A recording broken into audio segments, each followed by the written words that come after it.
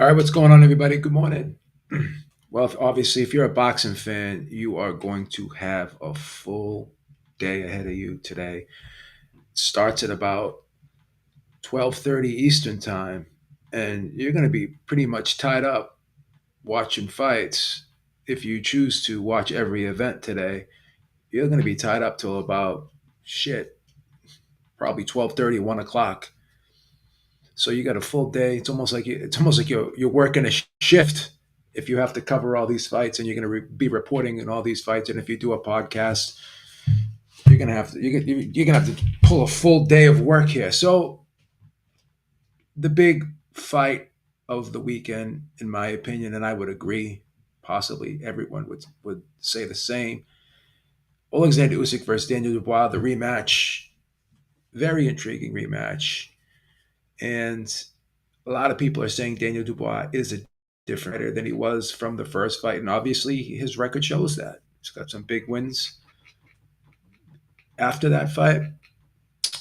But Oleksandr Usyk also, beating Tyson Fury twice is nothing to sneeze at, and I would argue that he beat him more soundly and more impressively in the rematch. And I thought Fury would do a lot better in the rematch, but Usyk was the one that really shined, in my opinion, because I felt as though in the first fight with Fury, he couldn't do any better, but he was even sharper, in my opinion, than he was in the first fight in the rematch. So the question is, will he be sharper in this fight more so than he was in the first fight? I mean, obviously, it's crazy to say that because it was a flawless performance in the first fight. Outside of that fifth round, and we can go back and forth about that. I'm not even argue about it. I had my opinions about what happened in that fifth round, and people are split on that. But it's irrelevant at this point in time. It's going to be interesting to see how this fight is officiated, if they're going to really set the ground rules ahead of time on what is going to be legal and what is not going to be legal. A lot of people have a misinterpretation of the rules. They don't understand the rules. And it clearly states that it is the top of the hip bone, which is the belt line. And it's not the waistband, it's not the navel, it's actually the belt line, which is top of the hip, the top of the hip. And if you read the rules, it says the whole fist has to be under the belt line, right? I've explained this, and it's in the rules, so I don't even have to explain it. I mean, if people want to read the rules, they can read the rules. But when a punch is thrown, if you look at your fist, the first two knuckles are out in front of the rear two knuckles. So if you're throwing a punch properly, what lands is these first. See if I can get this in the camera here. What lands is these first two knuckles. The bottom two knuckles barely touching, if at all, touching the target. So those first two knuckles are what would do the damage, right? So those first two knuckles clearly were above the hip bone, in my opinion, and even a lot of referees out there have voiced their opinions, and most of them that I've talked to and I've heard talk about that fight said that was a legal blow. But again, you have to have the referee set the standard before the fight, and also too, in my opinion, Louis Pabon was a very weak referee in the first fight, and it was almost if he reacted to what Usyk wanted him to react to. Basically, Usyk was reffing that fight, in my opinion, while he was fighting it because I believe, had a big influence on Pabon, and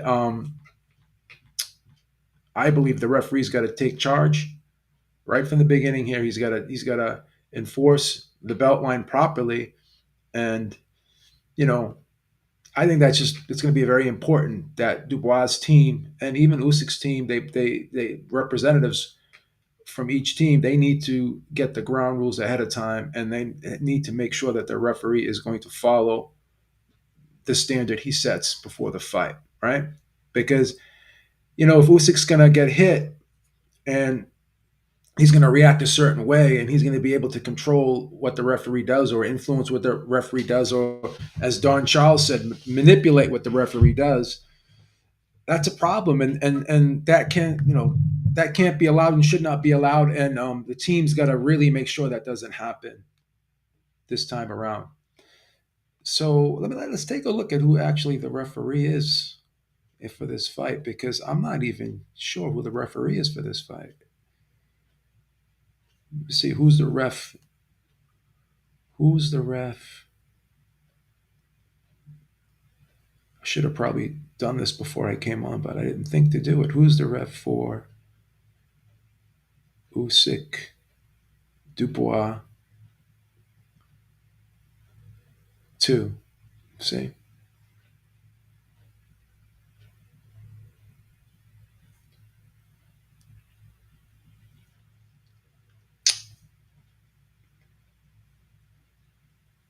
Yeah, I got to find out, because it's very important who the ref is, because it needs to be someone who could take charge here. Yeah, I'm having a hard time finding it on here. Doesn't Who's the referee for Usyk Dubois 2? And it's not coming up right now for some reason. Let me try to find this, because this is a very important part of this fight tonight.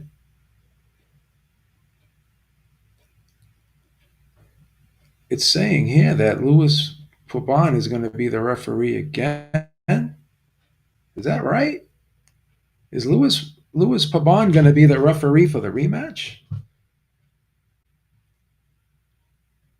That doesn't sound right.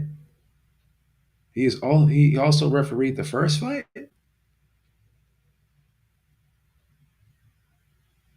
Yeah, I don't that's crazy. If he's going to be the referee for the second fight, yeah, that's crazy. So yeah, that's what it says. Yeah, that's crazy. So that's if Louis Pabon is refing the rematch, and Dubois' team is allowing that to happen, and even Frank Warren, who's Dubois' promoter, is not stepping in, then that's a problem. So it says here, and if this is the wrong information, then please someone tell me if this is correct or not.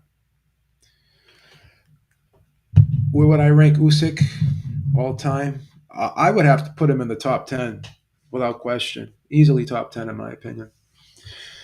Easily. And I'm going to say something very hyperbolic here. And some people are going to think that this is over the top. But in my opinion, I would argue Usyk has the best footwork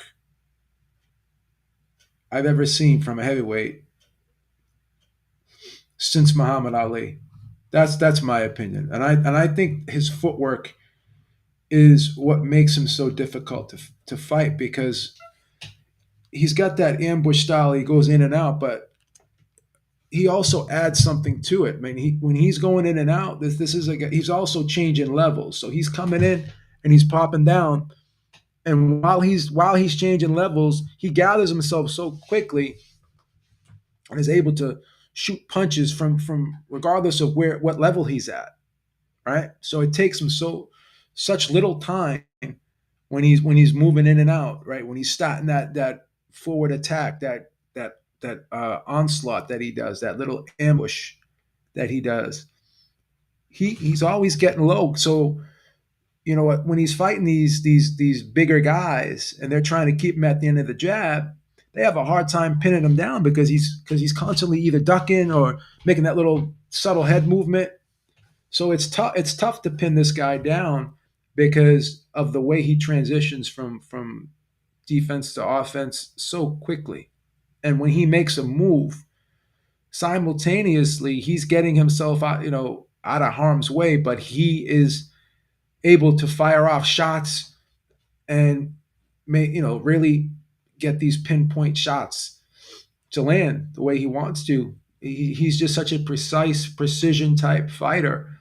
And a lot of times when you see guys, you'll see a guy who has fast feet, you see a guy who has fast hands, and you see a guy who has both fast feet and both fast hands.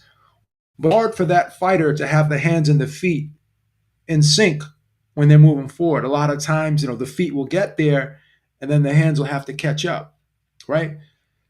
Usyk, when his feet are there, his hands are ready to fire. So like the time it takes, it's like I always use this analogy when you look at a basketball player. You have the guys who are set shooters, and then you have the guys who can just stop and pop. And the guys who can stop and pop are the guys who can set their feet, gather themselves, and get that shot off quickly without having to take time to do so. Once Usyk's got his feet in position, once he's got his feet in position, those hands are moving almost extemporaneously right when he's in position. So it's hard for an opponent to really prepare for Usyk because there's always that element of surprise to his punches because he's able to be so far ahead of everyone else because of the way he's able to just transition so much more quickly than everybody else, right? So in the first fight, he was just a step ahead of Daniel Dubois. And outside of that fifth round, he fought I don't think Daniel Dubois won a second of any other round in that fight outside of that moment he had in the fifth round, right? So keys to victory for Daniel Dubois here. Again, easier said than done, but he's got to have to keep Usyk out of that mid range, and he's going to have to really be on point with that jab. That jab is really going to have to be working in overtime for Daniel Dubois, and it's going to have to be an authoritative jab. It's going to have to be hard enough to disrupt Usyk when he's coming in. It's going to have to be enough to knock him off balance, to break the rhythm, right? Because Usyk is a very rhythmic fighter, right? And once he gets into that groove and he's able to get into that comfort zone, it's hard to get him untracked once he's in that zone, right? It's hard to knock him off kilter once he's in that zone. So Dubois is going to have to do something to really rattle Usyk early, and he's got to get his respect early. We hear that a lot, but it's even much more important in this fight than ever for Daniel Dubois, because once Usyk gets in a rhythm, gets in a groove, and starts piling up those rounds, it's hard to play catch up against this guy because this guy doesn't get tired. He gets that second win. So if you fall behind early, right, and you dig yourself a hole, you're gonna have to knock this guy out. You're gonna have to knock this guy out because Usyk starts pretty fast and he doesn't let up. He's not gonna give up, right? So what Daniel Dubois got to do is he's got to try to take that mid range away. If he's going to fight him on the outside, he's got to have that jab working overtime, and that jab is going to have to rattle Usyk or buzz Usyk. It's going to have to freeze Usyk in his tracks, right? And you got to time the level changes, right? So you got to make sure that when he goes down, you got to wait for that. You got to wait for him to pop up, but you still got to move that hand around. So even if you're not going to make contact with this guy, you still got to put that hand out there, as a deterrent, and don't focus so much of landing clean with everything. You gotta just put something out there to let him know that there's something there for you when you're coming in. There's something here for you on the way in, and you're gonna have to make a second adjustment or a second movement or a second level change or a second half step to either side in order to evade that, right? So that jab is extremely important for Daniel Dubois. We hear the old cliche that the jab sets the table. It's the most important punch in boxing. Well, guess what? In this fight, it's going to be even more important, right? It's going to have to be exemplified to the fullest extent in this fight without question for Dubois. And when Dubois does get on the inside, he can't just accept the clinch. While if they get in a clinch or if they get tied up, You know, Dubois is gonna have to. He's gonna have to hit him with the free hand. He's gonna have to rough him up on the inside. Again, easier said than done. These things are gonna have to be attempted, right? Dubois is gonna have to be the aggressor here. He's gonna have to take chances. He cannot wait on Usyk at all because Usyk is the quicker guy, not only with feet but with his hands. So in order to get ahead of that, you have to be the guy who's starting the movement first. So you can't wait for him to even start to move his feet, to even start to move his hands. You have to get out in front. Just like when Marquez fought Pacquiao. Pacquiao was the much quicker guy, but Marquez started his attack before Pacquiao did, right? It's almost like when you're a batter and you know you're in there with a fastball pitcher. You got to start your swing even before this guy starts the windup. So you got to get ready to before he releases that ball. You got to be ahead of it. You got to have your swing already in mid drift in order to make contact. This is what Dubois is going to have to do tonight. Little Penny, it's good morning. First of all, the New Zealand correspondent is once again back in the house. Always great to have you here. And what better day to have you here than the resurgence, or hopefully the resurgence from your viewpoint, of Manny Pacquiao, right? These odds are tightening up a little bit. So, I mean, you may have called up a lot of your friends and rallied the fan base behind Manny Pacquiao, and there's some late money going on Manny Pacquiao. So, yeah, I mean, and when you look at that card, it's a pretty decent card, right? You got Brandon Figueroa, Joet Gonzalez, you got Zoo, you got versus Fondora. Now, is it worth the $80? I would say no, but it's still a good card.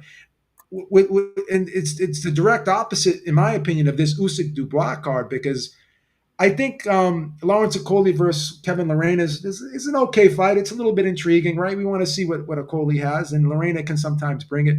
But other than that fight, there's no for me the undercard is uneventful. So let's jump right in. Let's give me your assessment. We'll start with Usyk versus Dubois. I think the Usyk will stop Dubois even Yep. earlier this time around. I Okay. reckon the sixth round or something. Yeah. That body shot, I do think it wasn't low. I do think it was okay. Usyk will look for that now. Yeah. Daniel Dubois doesn't have any more. Uh, Apart from like, I don't know if you saw that face off between the both of them. Other than Usyk being washed up, which I don't think he is, Yeah. Daniel Dubois, he doesn't. I don't think he's got enough skills to beat Usyk. I do like the fight though. Yeah. Uh, Yeah. because Daniel Dubois will go for the KO. I think it will be an exciting fight, but I think Usyk's just too good, man. He'll just Yeah. counter him all night long. Like, It's the footwork. It's just the guy is able to just set those feet so quickly and move in and out so quickly. And while he's moving in and out, his upper body is working in unison with those feet.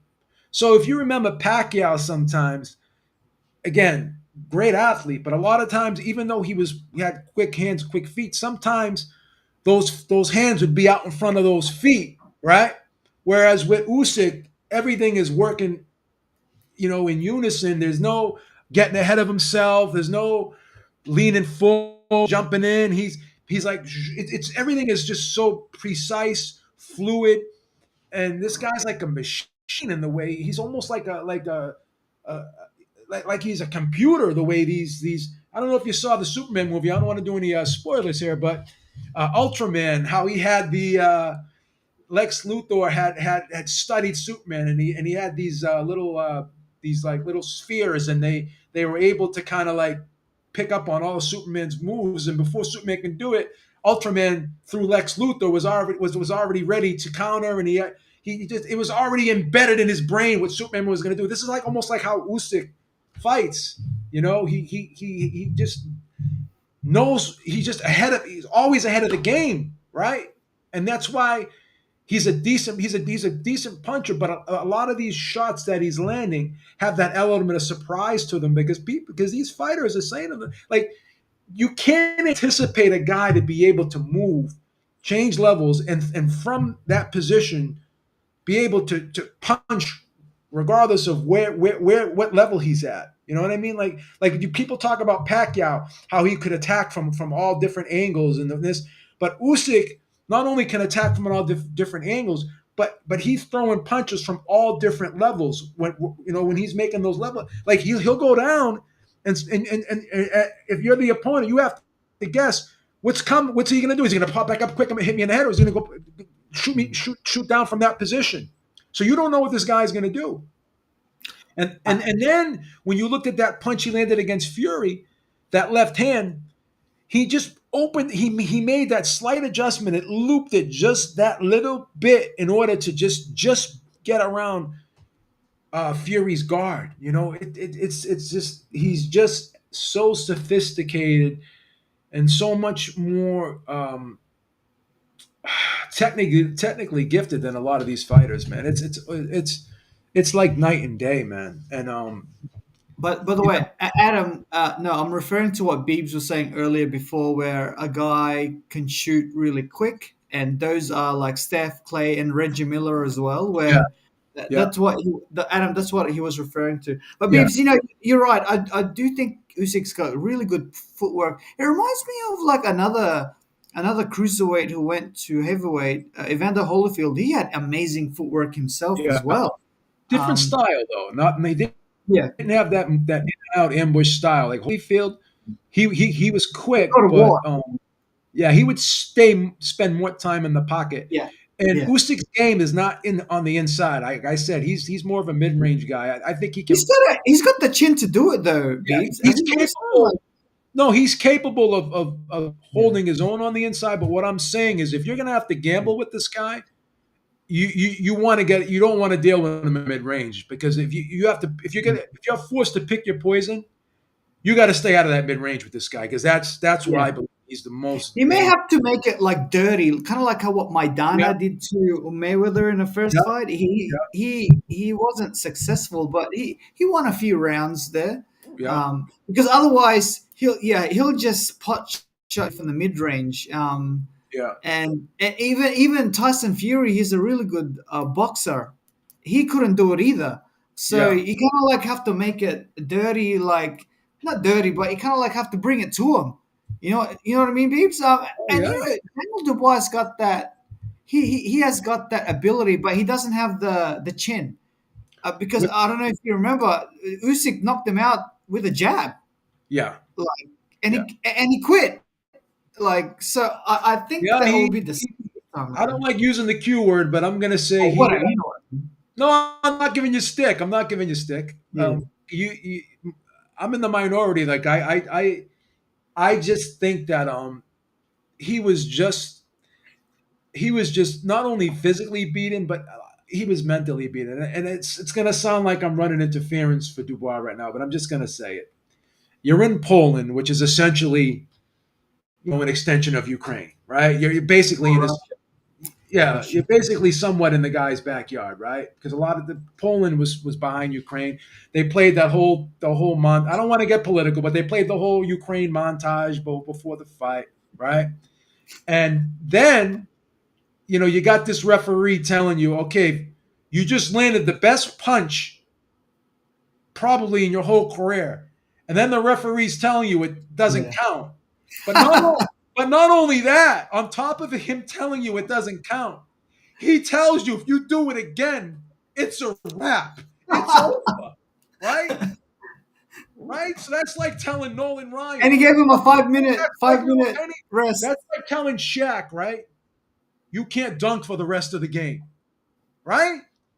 No, no, So or like when Marquez hit Pacquiao with that punch in the fourth fight, Ken Ellis waits for 5 minutes for him to wake up and says to Marquez, "Hey, dude, you can't do that." like yeah. So again, when you and then so I'm hearing that Louis Pabon is the ref again for this fight. Is that true?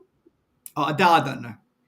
I'm trying to find out. I googled it and I went on BoxRec and it's not showing me who the referee Yeah. is. But you know what I've noticed? Not a lot of people are covering this fight. People are covering the Pacquiao fight. I've noticed in Oh YouTube yeah, a oh lot yeah. of like media. I don't, maybe it's because it's in America. I don't know, but even the British contingents, they're not covering it as much as I think maybe it's because it's a foregone conclusion. They're gonna know that. I think everyone knows Usyk's gonna win this fight. So, by the way, but whilst we're talking about undercards, you were mentioning it before. The Pacquiao Barrios fight, the one that's before the pay per view, where it's free on YouTube.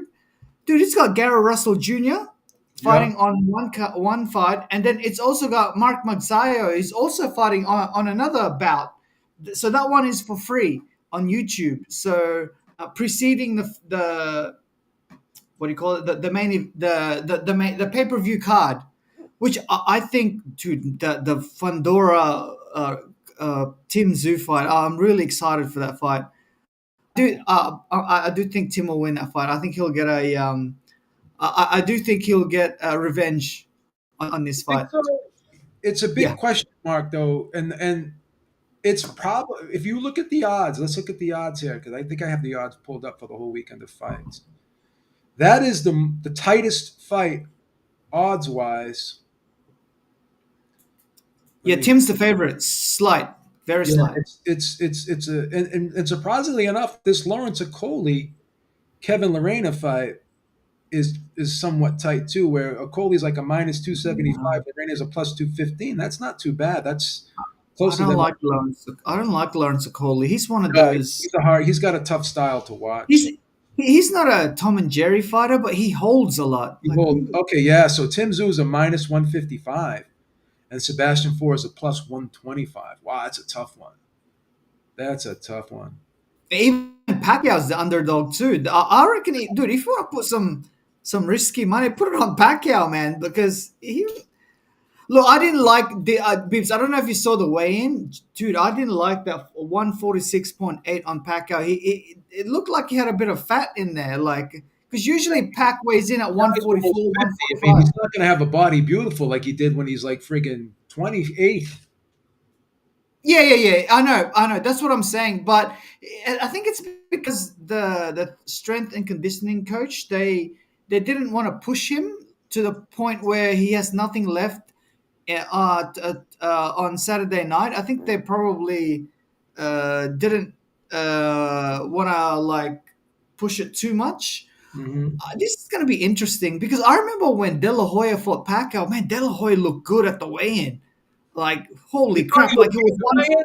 I thought he looked like death warmed over. He was all pale and No, I didn't see that at all because he weighed in at 145, right? And I think Pacquiao was 144, but I thought he looked good. Like I don't think he looked pale at all. And actually, but to be honest, going back to that fight, I actually thought that De La Hoya was gonna knock out Pacquiao because I thought that De La Hoya was a bigger Juan Manuel Marquez version with a left hook, but I didn't know that De La Hoya had nothing left. So, here, you might get, I'm actually, look, I want Pacquiao to win. My heart says Pacquiao, but I do think that Father Time, that 4 year, Pacquiao keeps saying that 4 year break really helped him, but I reckon that's his biggest enemy. At that age, you can't have a 4 year break.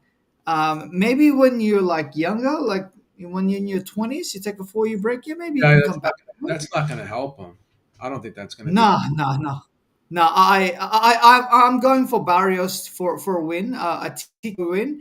However, if Pacquiao somehow, some way, beats Barrios, this will be the second fight where people will say a legend has one great fight in him. So he had that with Thurman, and if he wins here, he'll have two. Usually, even most great fighters usually have one. A Mhm. lot of great fighters usually don't have one. Like Ray Leonard didn't have one, didn't have that sort of a fight, right, Beams? You know more about Ray Leonard than I do. Yeah. Sugar Ray Robinson didn't have that either, where he had like he was the underdog and he had a great fight in him. Now George Foreman had that against Michael Moore. So if Pacquiao is able to pull this off, he'll have two of these, which is like incredible. And and also Pac's got this.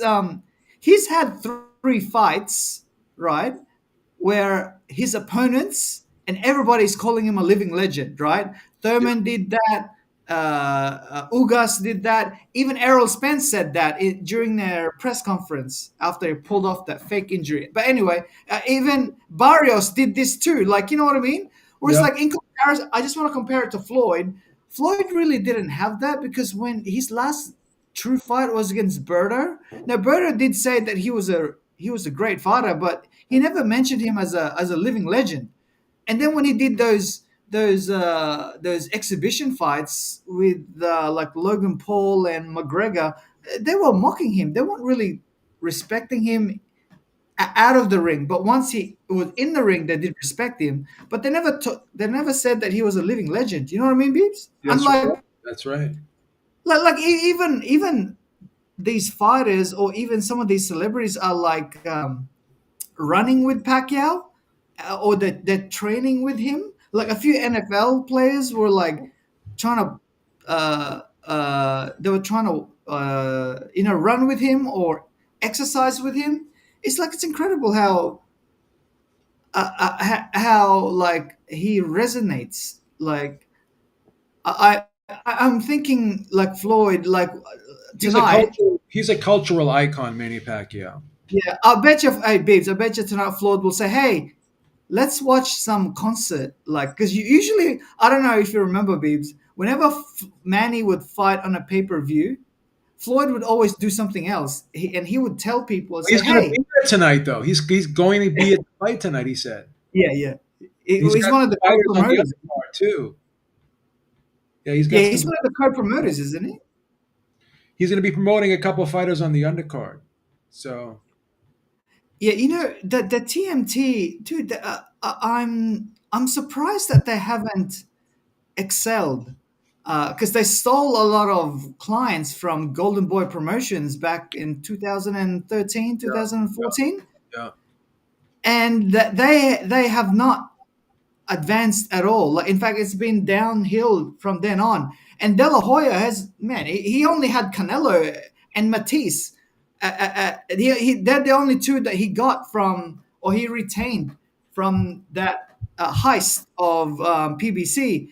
And Yeah. since then, man, Golden Boy has, look, say what you say, but look, their stable is way better than the PBC and TNT combined, don't you think?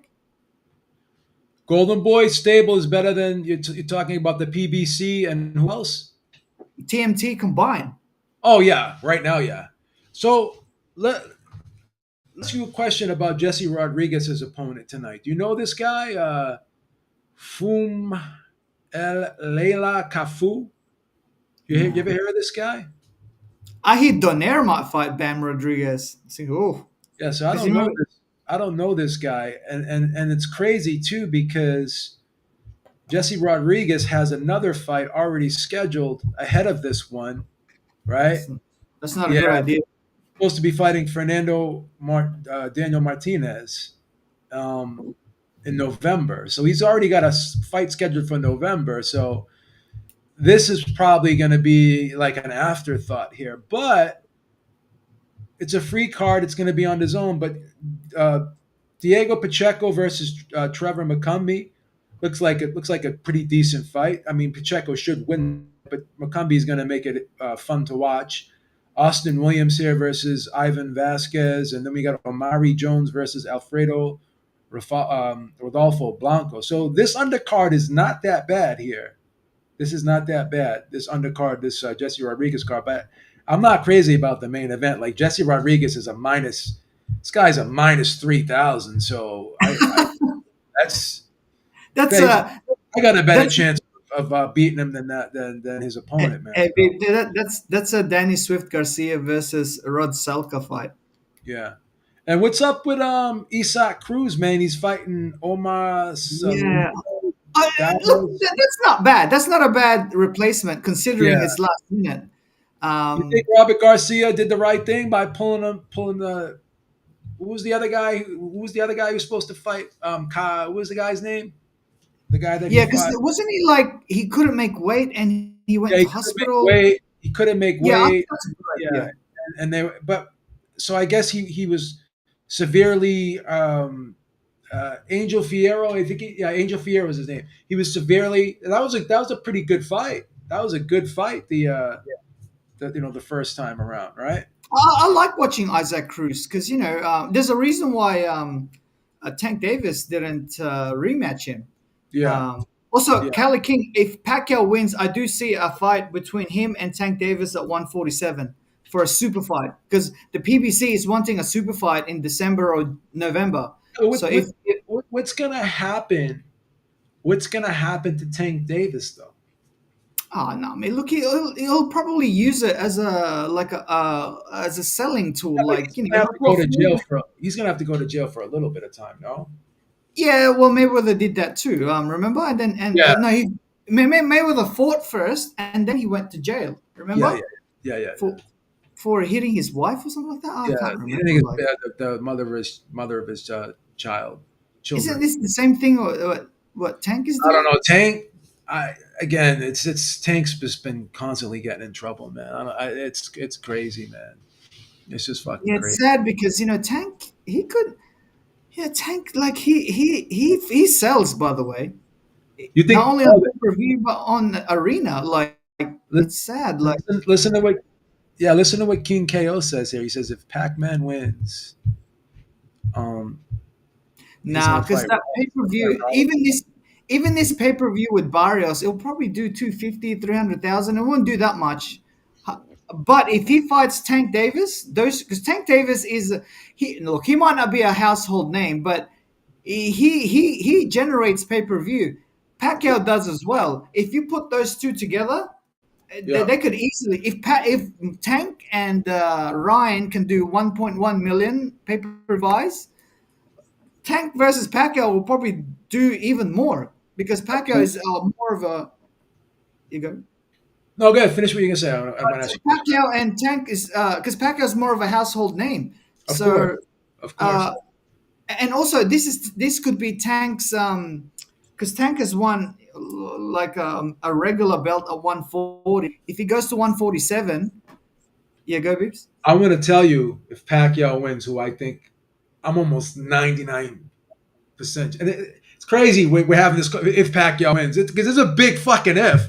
But if Pacquiao wins, because this fight was already talked about even before in the past, Pacquiao wins, he's fighting Conor Ben. That's a big fight. Now is that That's a Conor Ben big. fighting what's his name? I don't think. See, Eubank. He did a rematch.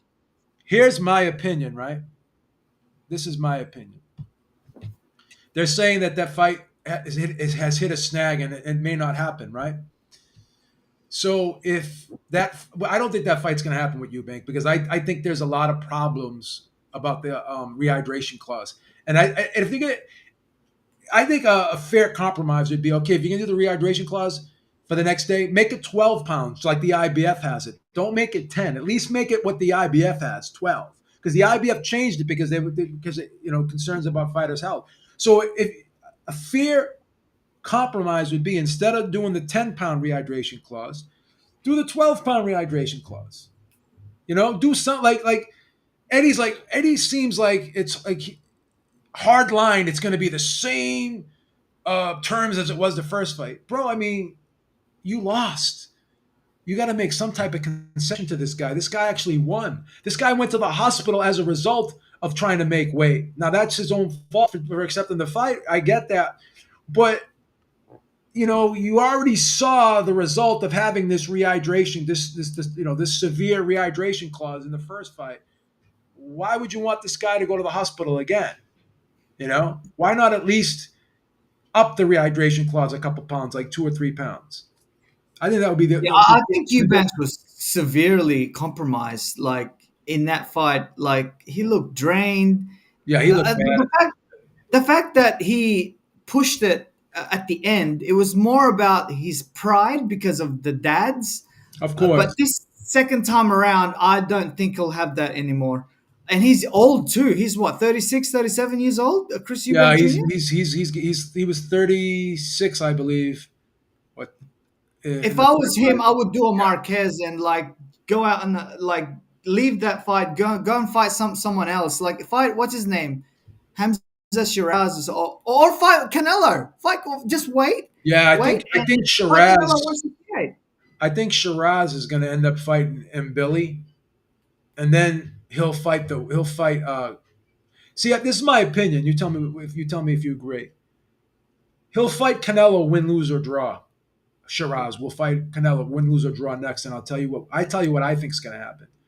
I think Crawford will either retire or drop back down to 154. He's gonna if he beats Canelo, he's gonna vacate those titles. He's not gonna defend those titles. So then you could still do Canelo versus Shiraz, but you could do them for a vacant super middleweight title, right? You think that makes sense? Because I don't think. I don't think I Crawford's don't. gonna stay at 168. No, no, he won't. He won't. But I don't think Canelo will go near Shiraz. I think Oh, you don't from think now he'll do on. it? You No, don't I think they think can put enough Canelo money is. on the table? I think at this point of Canelo's career, he's just going to cherry pick. So another good cherry, because this Bud Crawford Eubank, fight is a cherry pick, yeah, right? Eubank would probably be Oh yeah, would be a nice fight for him for a vacant yeah, title. yeah, because he's marketable, right? Yeah, And he yeah. can easily beat Eubank, right? I think he beat Eubank. Yeah, Oh, easily, easily. think it'll be Uh, easy. yeah, yeah, yeah, yeah. I don't rate Eubank at all. That's the reason why he didn't want that Triple G fights back 5 7 years ago. Yeah, Um, I do think that he wanted that Canelo fight, but I think he didn't like the purse. yeah, So I think he wants a little bit more money. I think Canelo will do it this time because he's got no other option. He either fights Shiraz or he fights Benavidez. He's not going to do this two. So he'll just fight Chris Eubank Jr. and maybe call it a day. Because yeah. Canelo's getting old himself, man. Like, how old's Canelo now, man? Because it seems like Canelo's He's been getting up there around too. Yeah, forever. and again, we've seen how many years this guy's got on the got in the game so far, turning pro at such a young age. So that's Same as Pacquiao. yeah. So Canelo versus Crawford, both guys are old, but in boxing years, could we argue Canelo's older than Crawford in boxing years? Yeah, you know what, Beavis? I don't know about that because I do think he is older than Bud, but Canelo hasn't really had a lot of damage. Yep, Like, no it's damage. not like Pacquiao. But Pacquiao, dude. the body wears down Yeah, because of the repetition in the training camps. yeah, Like he's had some knee yes, injuries, he's had some wrist injuries, some hand yeah, injuries. Crawford's really never. I can't remember the last time Crawford was like pulled out of a fight because of an injury. Even yeah, had any surgeries. You don't haven't heard about things like that from Crawford. He's been yeah, very yeah. fortunate in that regard. So I am going for Canelo though. I just think that the over two weight. Canelo, huh? Yeah, I Okay, just think the two weight classes is too much, right? too much. Canelo's got a super chin. I don't think Bud will be able to hurt him at all. Yeah. Like, if these guys from 175, 168, and 160, and these guys are the best, right? Triple G, Kovalev, Billy Joe Saunders, they couldn't even hurt Canelo. How is a welterweight gonna hurt him? Like, unless he does like a Pacquiao, like where he fought, when he fought De La Hoya, but Canelo's not shot like So, what De La Hoya was. Canelo's got a bit left in the tank. so Kelly King makes a great point here. No, stop scrolling. If Canelo can't stop Crawford, will he be able to win a points decision? Who has against Canelo? Nah. In Las Vegas? No. So you think the judges are just going to give it to Canelo? Like they're going to give Canelo every benefit of the Hey, doubt dude, in the late 2010s, we usually have this moniker like whenever Canelo was in Las Vegas, before the fight is already up 2 rounds. Remember that? I don't know if you guys remember that, but Yeah, we've heard that several times. no, but I don't think he needs that. I just think that once Canelo feels Canelo's power, 168 pounds, I think he won't risk it. Like he may dip his toe there for a couple of rounds, Yeah. but once he feels that power, dude, he even felt that power at 154 when he fought that. I can't remember who that guy was. Um, but so this is two weight classes above, and Canelo is way better than that guy who fought at 154. See, I Like don't think I don't think Crawford is gonna fight him on the inside at all. I think he's gonna like he may go in the mid range a little bit and dabble a little bit. I don't think Crawford's gonna go deep in the pocket with Canelo. I I believe Crawford's gonna be able to land it. Like remember when Amir Khan fought Canelo, how he was like really sticking him from the outside with that jab? I think Crawford can do that too, man. I think Also, I just want to take note that fight was at 155, right? This with fight is at 168. So Crawford's going to carry a bit of weight. So that speed that you guys are talking about, that Crawford was doing at 135, 140, 147, that's not going to happen because he's carrying extra weight, so right? you think Crawford's gonna slow down in this fight? That's what you think. Yeah, a little bit. He has to. He has to carry more weight. All He right. has to put in weight because he has to. When you go up in weight, you have to carry more muscle so that you can take the other guy's power. Well, added muscle is going to suck up more oxygen too. So Uh that's huh. Whereas Canelo doesn't have to do that. He's already yeah. acclimated himself at 168 pounds. I do think we can't judge the Canelo the last three Canelo fights because Canelo's at that point, Pacquiao had this too. Between 2015 to 2020, Pacquiao didn't want to KO anyone anymore. He couldn't be bothered chasing people. That's what I'm saying. Yeah, Canelo. He doesn't have to. The whole But thing. if you bring the fight to him, like what Keith Thurman did, he will fire back, and Hmm, Canelo will do that too.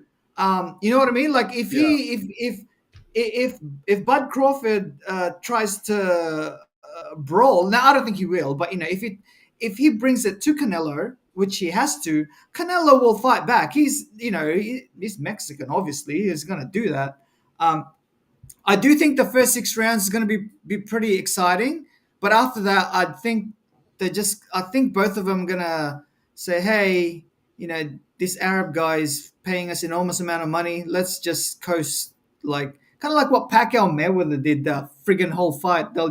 They kind of like winked at each other. Hey, let's just do a sparring session and get this money and get the hell out of here. yeah, it's crazy. So yeah, I got to find out who the referee is tonight. This Google this AI is telling me that Louis Puban is doing the rematch. If someone can find that out for me, because I find that hard to believe. But I did hear there was some type of controversy with the referee, but I just can't find it.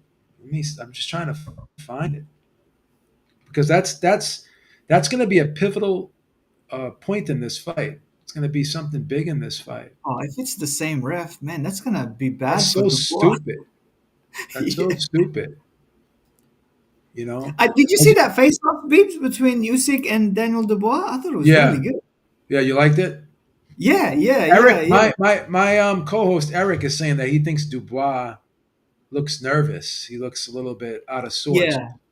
What do you think? Hey, Beebs, by the way, I've always wanted to say this to Eric. I love his intro when it says "We are live," like at the start. It's like it reminds me when the NBA was You with the know, NBC in the '90s, and Mav Albert says "We are live here in Chicago Stadium." Eric is probably has the best radio voice I've ever heard on YouTube, man. Yeah, Like he's got a deep he's voice. got a really great voice, and it's crazy too because I've been doing that. People, I've been doing the show with Eric for almost 10 years now. Like April will be our 10-year anniversary. Wow. That's crazy. Like I've never done like had any type of relationship with anyone, whether it be You know, we business, you Bibbs, know. I wish you guys were around when like Mayweather, Pacquiao, and Cotto were in their primes I back in know. 2006 to I 2012, know. because that's when like everyone like us, we followed that, like, you know what I mean? Uh, because YouTube was on at that time. I remember, like, because when I was into YouTube, because I was working for a stockbroking firm back in 2007, 2006, and this guy, right, this guy, he says, "Hey, come over here." So I thought he was going to show me a stock that's going up, but he showed me a YouTube video. It was the first YouTube video I ever saw. It was Kate Upton, and she was dancing in her bikini. I was thinking, hey, Oh, dude, okay. it was, and I was thinking, hey, dude, we've got an HR department here. You're gonna get sacked if someone sees that. And I was thinking, what is that? He goes, oh, it's YouTube. I was thinking, Yeah. oh, okay. And then I started watching. Obviously, I watched it again at home, and I was thinking, hey, Pacquiao is here. I saw the replay of the Pacquiao Morales 3 fight. I was thinking, holy shit, this is not bad. Like, yeah. And then I started watching all these his old fights, and I started watching the Mayweather fights as well. Yeah, that's crazy. Yeah. So, is there going to be any upsets today? And if there were to be one, who would be the most likely opponent to score that upset, or fighter I to think score it's that upset? Pacquiao. I got Of Pacquiao. course, you're gonna say that. Well, you know what? You know what? To your credit, that fight odds wise is closer than Dubois versus Oh yeah, Usyk. Now, Tim Tszyu versus Sebastian Fondor, that's a pick 'em fight. So there's really, 50-50. yeah. So there's wouldn't be an upset for either, for if either one. I do But think I do think that Mario Barrios is more of a favorite. Like the reason why it's closer is because a lot of the Pacquiao a fans, lot of sentimental, yeah, yeah, people, they people, do that. They do this all the time. people are making bets on this fight Yeah. with their heart. Also, when Pacquiao fought Mayweather, Mayweather was this overwhelming favorite, right? People forget this. Pacquiao got KO'd by Marquez, and then Correct. he Yeah. fought Rios, Bradley, and then Algieri. Yes. Pacquiao didn't knock out any of those three, Yeah. right? And also Chris Algieri, even though he got knocked down friggin' 10 times or whatever how amount, he didn't knock him out. And when he finally fought Mayweather, Mayweather was the huge favorite. But as the fight got closer, a lot of the Mexican rich people and Filipinos who have money, they started putting money on Pac, which made the odds closer. But really, Mayweather was the the overwhelming favorite. Like, I, Yeah. I favored Mayweather in 2010 and 2009, and I favored him even more in 2015. You wouldn't Um, favor him. Would you favor him now? Against me. Oh no, I favor Pacquiao. Of course, Yeah, Mayweather you'd have doesn't to even fight. train, man. Well, Pacquiao will kill Mayweather now, man. let me just Because say this. Oh, go ahead, finish. because Mayweather's his best skill was his speed, Yeah, right? He and doesn't yeah, have that anymore. Like, he's yeah. so flat-footed now. Like, it's kind of like, I'll give you this. Like, when look, I don't like Paulie that much, but he did a good analogy on Barrios, and I'm giving the same analogy to Mayweather now. If I threw a mobile phone in the room and Mayweather happens to be there, that mobile phone's going to find Mayweather because he's flat-footed, right? But back then he wasn't. The only time I give Mayweather Pacquiao the edge on Mayweather was probably 130 pounds, because Mayweather was very offensive at that weight class. Like, he wasn't he hadn't really mastered the defense shoulder roll at that time. I think that Mayweather version, I think Pacquiao can beat that Mayweather because he was young. You know what I mean. Like, but other than that, any weight class, I do favor Mayweather because he's just too fast, man. And also, Very Floyd quick, didn't right? fight. He didn't fight back to back to back to back to back like Yeah, hard fights. he was smart in his. Listen, Yeah, he fought a lot of champions, a lot of Hall of Famers, yeah, but he fought them when he wanted to fight them, and yeah. bait him out properly.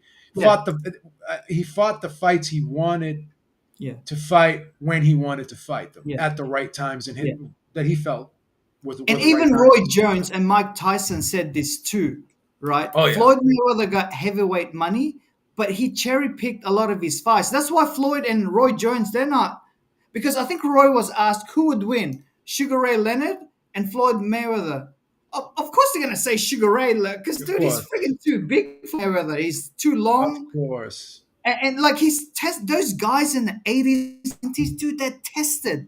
They're like they were like warriors. It's kind of like, when you were talking about basketball players earlier, those guys in the 80s and 90s, those were real men, right? The basketball players now, they are children.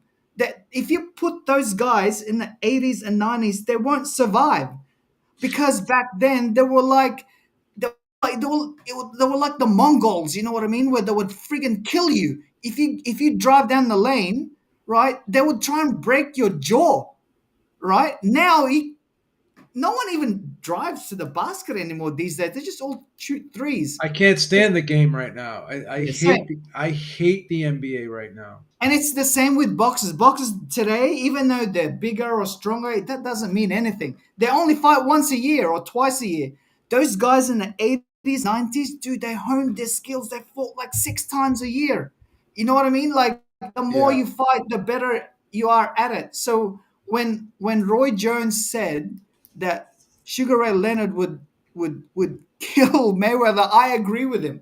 I actually think Tommy Hearns would do a better job on Mayweather, because Tommy had a longer reach, and he had power.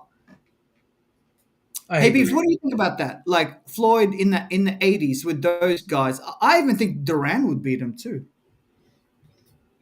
Yeah, it's tough. I mean, yeah, I think Floyd would have the best chance against Duran, but you could argue at 135, he would. I think Duran would probably beat him too. Because look at the Castillo fight at Oh, 135. yeah, at Castillo, 135. I, At 135, I don't think anyone beats Duran. Maybe Willie Pep, because Willie Pep was pretty good at 135 too. yeah, Other than that, man, yeah, yeah, De La Duran. Hoya was pretty good too at 135. He was he was decent at 135 too. Shane Mosley was killing everyone at 135. Remember that? It was like Yeah, getting yeah, people out of there. he Like, was dominant at 130. He was knocking everybody out. yeah, yeah, yeah. But now at 135, I would. Alexis Arguello was pretty good at 135 too, because he was so big for that weight class. But Yeah, Duran, dude, Duran was the fighter of the Duran and Muhammad Ali. They were the two that were vying for the fighter of the decade. I think Muhammad Ali won it, and Duran was second. This is in the 70s, dude. Like, you know what I mean? And do then he you? went into the 80s and did even better. He beat Sugar Ray Leonard. Who beat Sugar Ray Leonard at 147 I after know. beating Tommy Hearns? Like, that's I know. incredible. Hey, do you I reckon agree? that's Do the you? best beefs. That's the best win. In the 70s, the best win was Muhammad Ali when he beat, what's his name? The guy in Africa, what's his name? George Foreman.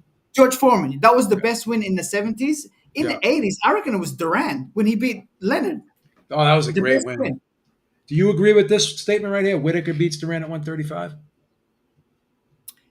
Yeah, Purnell. But the thing Pernell with was Purnell, he special. Wasn't doesn't Pernell throw special? punches, man. He doesn't throw punches. Like, I just think the activity, I think Duran will win. Now, he might not land a lot of punches, but from the judge's eyes, because Whitaker will be there, like, trying to dodge all of his punches, I just think he'll win by activity. And Durant could box too. He wasn't just a crude brawler too. He could box. He knew how to throw feints. He moved his head pretty well. He had a phenomenal jab. I can't believe how he beat Sugar Ray Leonard. Like, because he's the smaller guy, he's got the shorter arms. Leonard had like the chin, he had the power.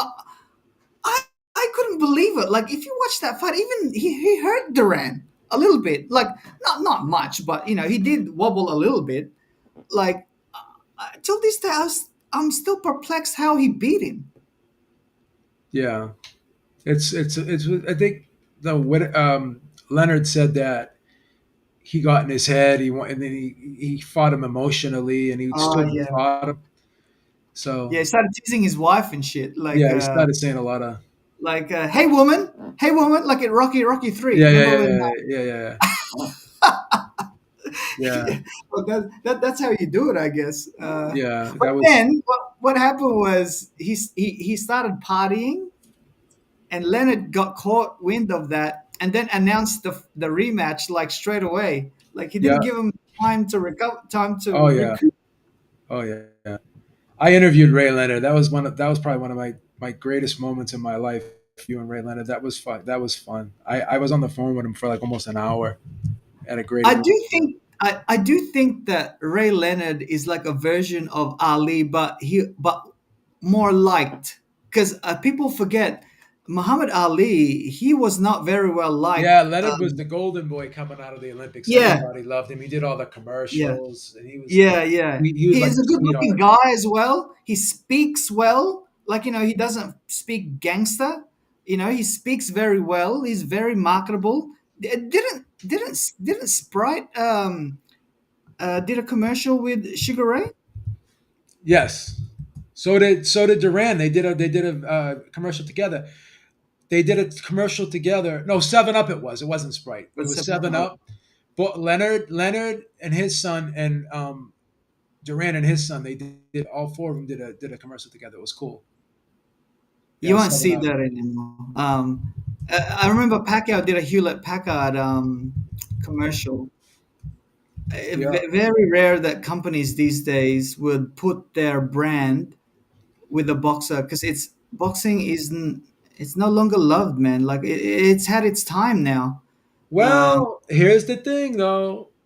You have all of these apps now. You got Netflix. You got you're gonna have not only the Zone. You're gonna have you got Netflix. You're gonna what's the other app that I was hearing that's gonna come into the fray?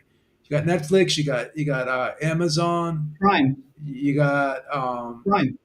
I think you may even get Peacock. Peacock was doing boxing there for a little while too, Yeah, right? but Netflix doesn't have a budget for boxing. They're just cherry picking fights here and there. Like Yeah, the Zone has a budget. Like, you know what I mean. That you know what I mean. F- for us to really talk about this, we have to talk about a network that has an actual budget. Like, okay, we're gonna give you 30 million for the year. You guys spend that however you want. yeah. Uh, What I'm Netflix doesn't. saying What I'm saying is, though, if you look at boxing, not just in the United States, but look at boxing globally, right? We've never had so many outlets showing boxing like today ever before in history. You were only like you have access to so much boxing around the world as a result of the internet and as a result of these apps. People in America actually know who Naoya Inoue is, whereas 15 years ago, that never would have happened. You know what I mean? People are starting to know who Oleksandr Usyk is, right? People are Yeah. starting to, Americans know or knew who Tyson Fury was, whereas that would never happen 10, 15 years ago. And that's because of the apps, that's because of the internet. I I So, do think in boxing, I do think that the media has turned its back on boxing, like the LA Times, ESPN, Fox Sports.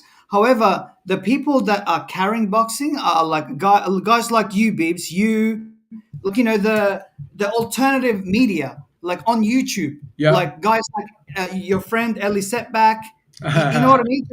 Because the media has changed now. Even ESPN, ESPN has fired a lot of people because a lot of like we don't watch ES. I don't even watch ESPN No, anymore. I don't want you to spin anymore. I just watch YouTube because that's Listen, the real truth. Um, I don't knock anybody's hustle, but I'm not a big fan of listening to Steve A go on those fucking rants. It's too performative for me. Like I just it's all when you go watch these shows on ESPN and FS1 now. To me, it's all just shock jock value. That's everyone's just trying yeah. to be a shock jock. No one's Also, really. Babes, as me as a minority, I did first like ESPN when I was thinking, oh man, there's a lot of black commentators here, which is good. Like, especially for NBA, because majority of the players are black, right? Sure. However, majority of the audience of the NBA are white. If you watch an NBA game, go and watch the crowd. They're mostly all white, right?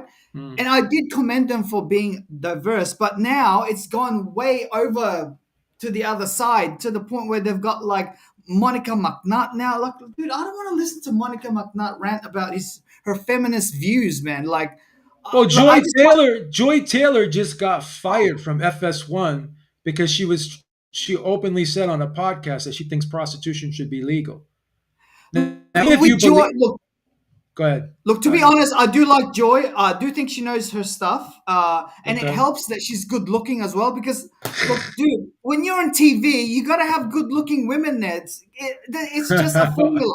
Gonna get us I, in trouble, Penny. I don't come up with those rules, but usually when you put, like, if you have the weather, someone who's sexy and good looking, and then someone who's an old guy, It a helps with lot of ratings. people are going to watch the good looking girl, like especially on Telemundo, Yep. right? Sure does People watch help with the weather ratings. on Telemundo because they're good looking. Yep. But with Joe, right, I do like her. I do think I do like her, like, because she knows her stuff.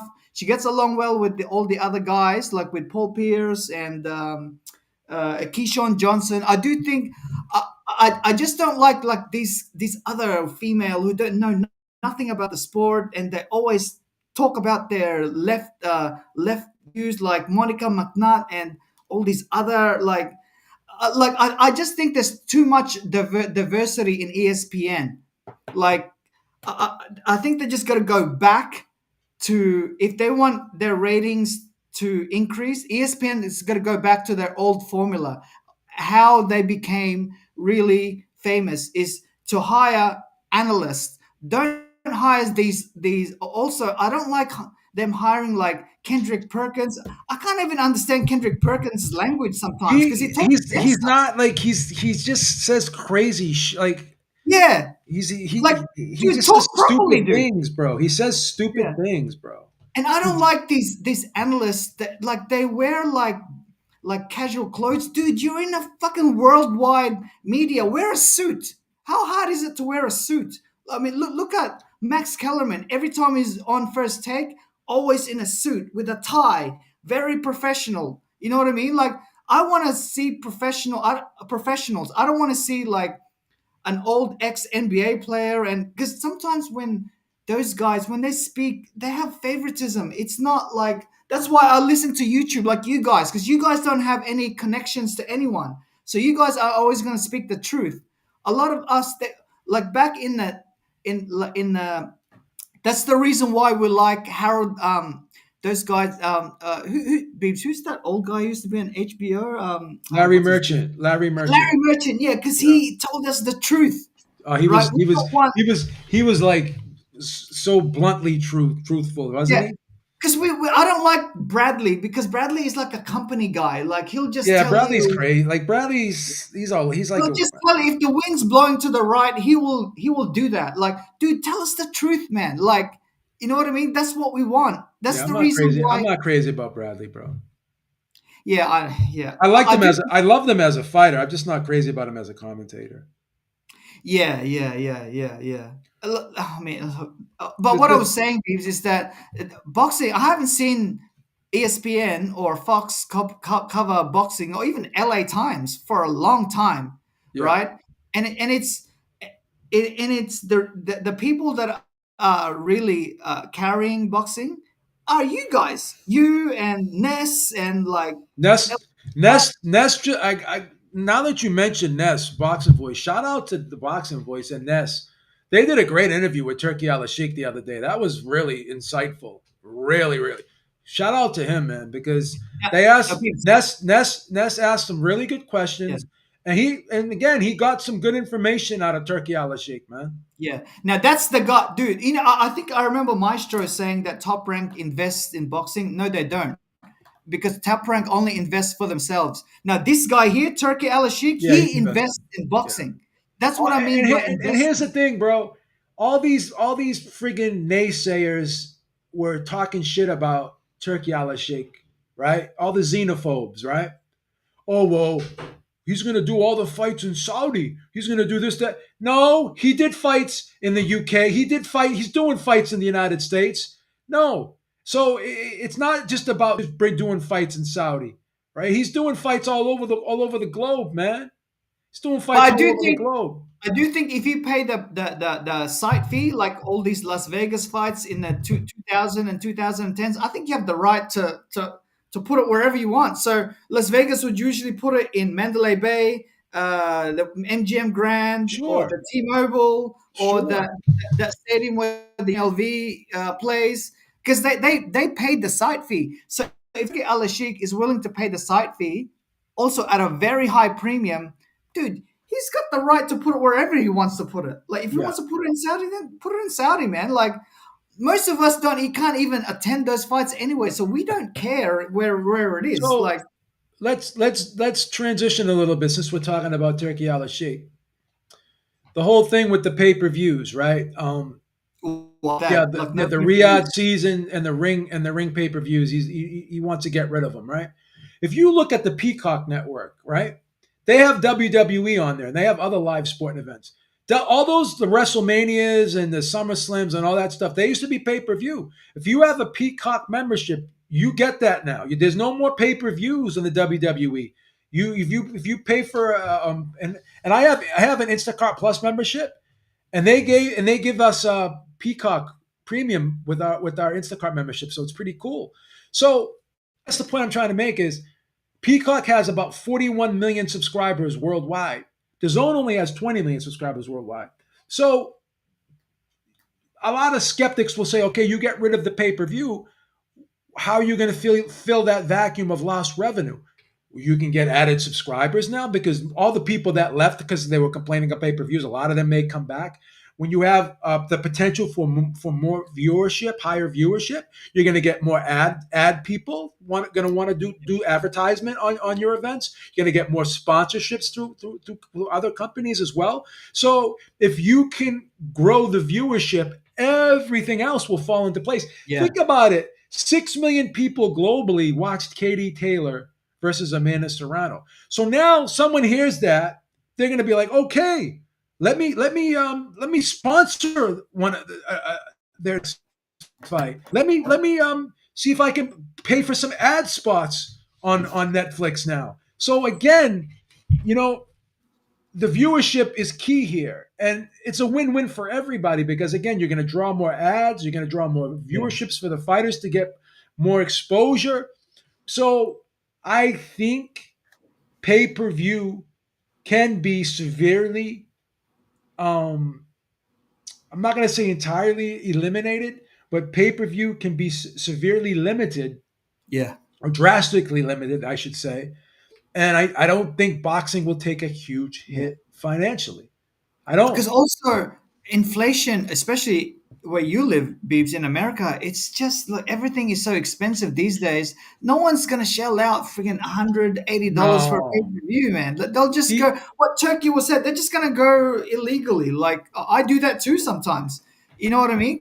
Because if you I've got a were to buy, mortgage, Beebs, I've got a mortgage to pay.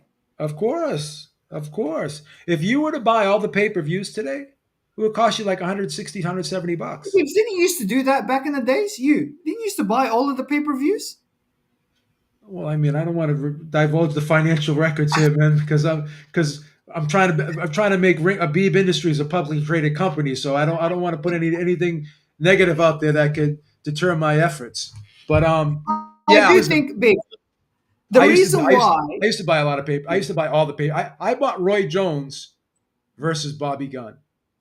That's how much of a loser I was. I thought you were going to say Roy Jones Hopkins rematch at the MGM Grand Oh, that no one I turned up bought I to. bought that too. So I mean, I used to buy them all. But to answer your question, um, yeah, I used to buy them all. Look, the reason why HBO was such a premium platform back then is because they had boxing. Boxing, even though it didn't make any money for them, right? The reason why people tuned in for HBO was because one of the reason is because of boxing. Because boxing is like it's like the prostitution of sports. It's like something that it's like something is like you're not supposed to touch it, but you want to. You know what I mean? Um, there are things that there are when you're running a media company, not all of your programs are gonna make money. Some of those programs are just there to support your If main programs. it's filler content. Correct. And boxing is one of those. That's the reason why HBO had so many subscribers back then, because they had boxing. People turned up to watch World Championship, HBO World Championship boxing, because it was for free. HBO Boxing After Dark as well, also for free. The reason why people stopped tuning in to watch boxing is because of those stupid pay per views, like all these pay per views that People don't want weren't to people don't views. want to admit it, and they want to downplay it, little Penny. But you hit the nail right on the head. The pay per view model was abused, and it Yes. and the consumer spoke. They spoke. They rejected it. The market Yep. rejected it. And they tried to do that too at Showtime.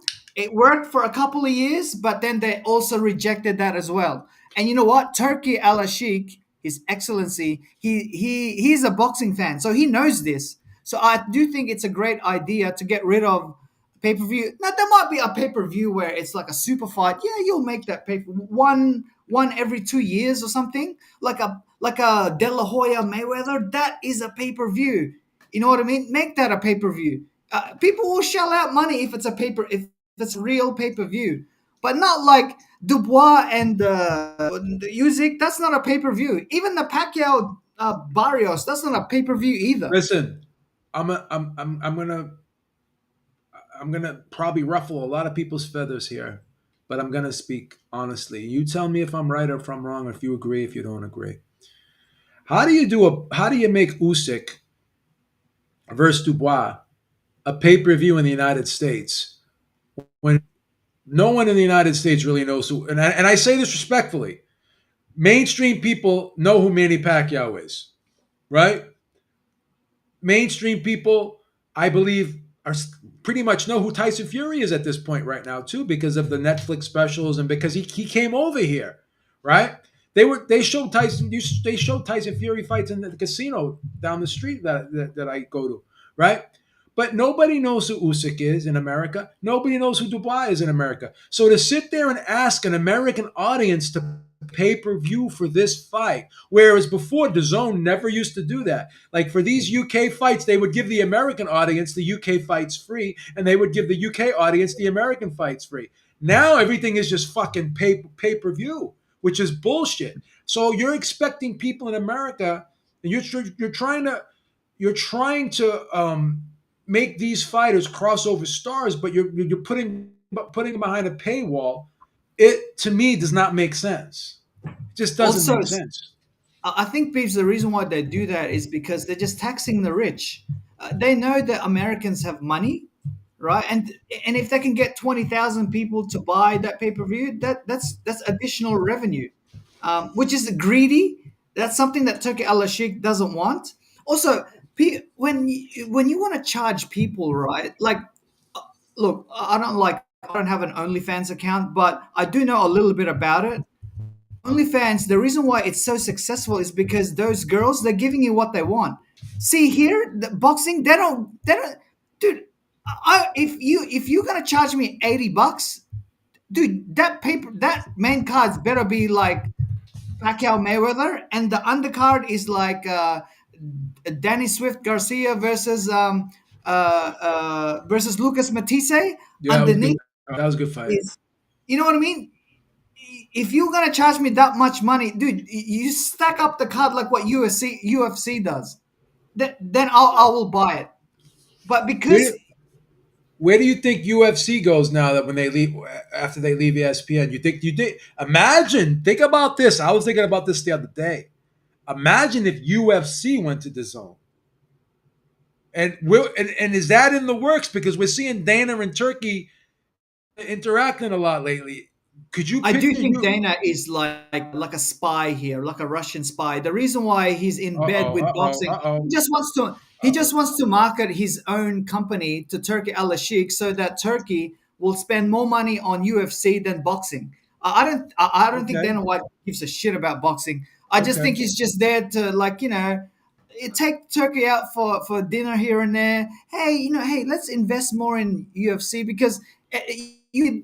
I don't watch UFC, but I do know that they stack their cards, and Dana is in charge. So if he the UFC will give you, like OF, they'll give you the fights that you want to see, right? Unlike in boxing where everyone is their own small entrepreneur, everyone has their own, like, interest. Uh, Canelo doesn't want to fight Benavidez. Like, I don't understand. I don't even understand the logic of that. Why hasn't Canelo fought Benavidez? And why hasn't Joshua fought Fury and vice versa? Like, that's just crazy. Look, at UFC, this would not happen. At UFC, Canelo and Benavidez would have fought 3 times already. Listen, Dana White wanted John Jones to fight Tom Aspinall, right? And he wouldn't give him any other fight. So John Jones was forced to retire. Now, if he stays retired, that's another question. But here's the thing: John Jones probably would have fought two or three more times if Dana White allowed him to fight whoever John Jones wanted to. But Dana's like, nah, either you fight Tom, you defend that fucking title, or that's it. And then his only other option was to fucking retire. That's what So Turkey Al-Sheikh is doing now. Like, hey, I'm gonna look, because you guys like, uh, you got your own interest. I'm gonna tell you who I want to. I'm gonna tell you who you want to fight based on what the fans are telling me on Instagram or on X, and I'll pay you the money. So it's kind of like what Dana White is doing, but this can't last long though.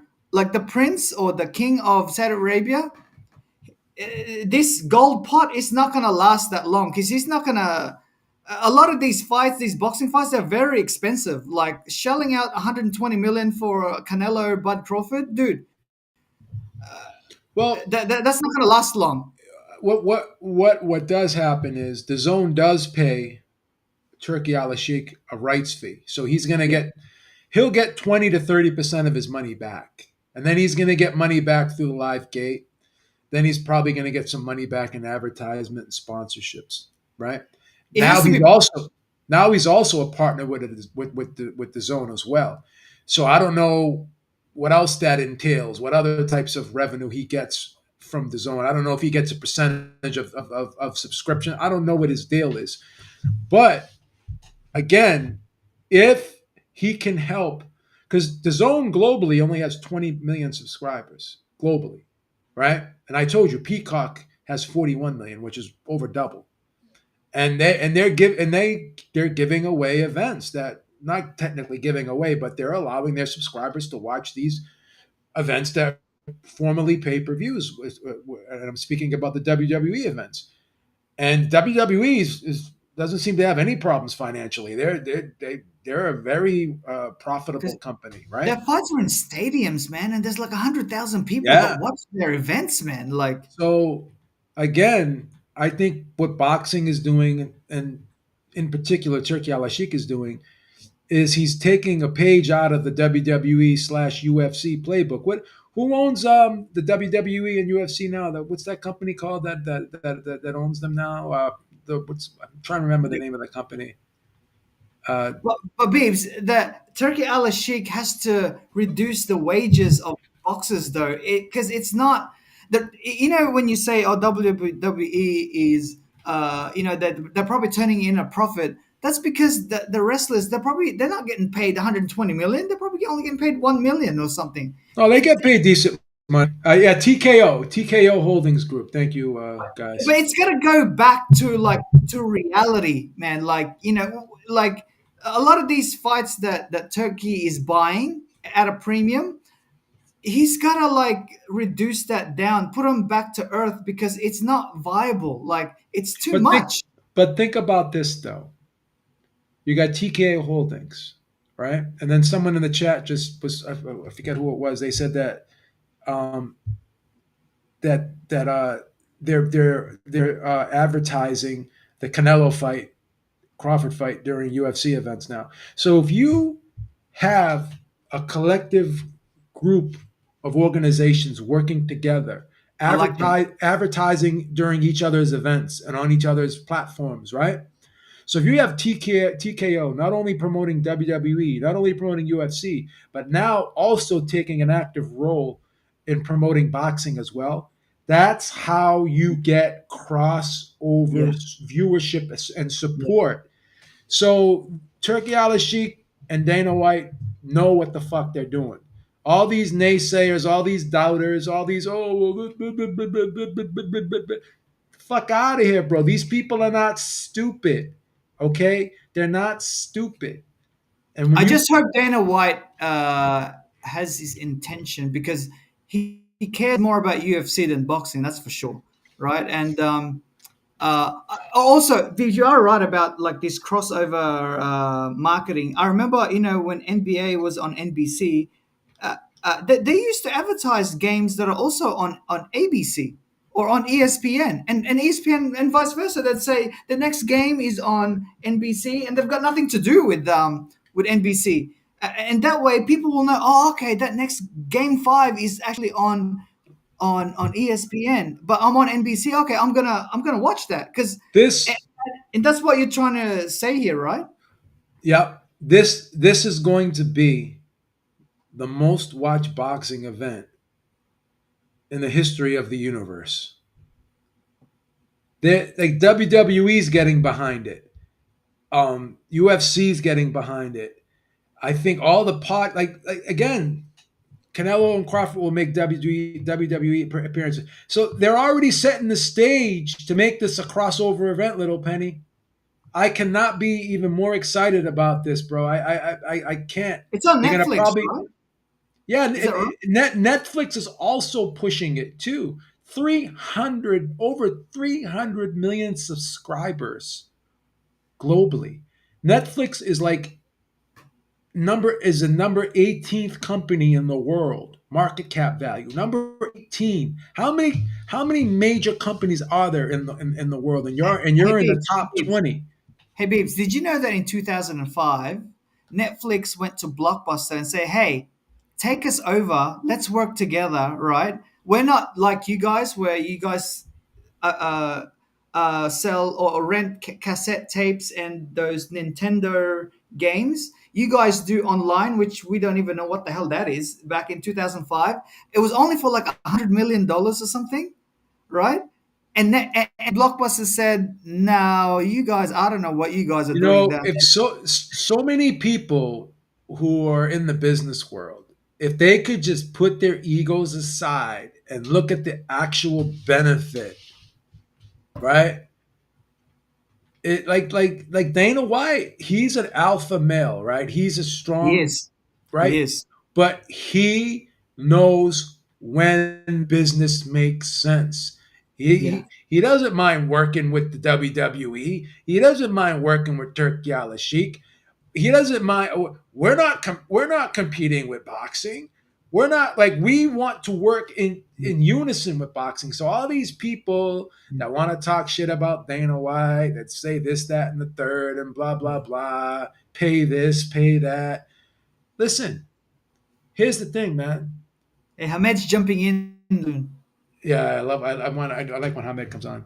You Here's know, the thing. you know, Beebs, I Here's do the, think that Dana White is the best promoter probably in the 21st century. I say Uh, that all the time. I say because, that all the time. He's the best promoter of all time in the history of fucking sports. hey, Beebs, this is how big UFC is. A couple of months ago, I love to watch planes take off and land. So we have a community where it's called plane sighting. One of those planes that took off, it had a UFC logo, and I was thinking, wow, UFC has come really far. Like UFC actually marketed like it's an ad to put on an airplane. I don't know. It was probably like I don't know, like Virgin or something. But instead of Virgin, it was UFC's logo instead. I'm saying, man, UFC, dude, UFC is so far ahead of boxing. It's not even funny in terms of like people are actually wearing UFC shirts. I see that in like in shopping Well, here's malls. another thing. Crawford went to the Canelo fight, and then he went to the UFC fight in the same fucking night, bro. The same night, because he's smart. He Yeah, ever since that Spence fight, Crawford realized how important it was to really get out dude, there. even Donald Trump goes to UFC events. Yes, He doesn't go to boxing events.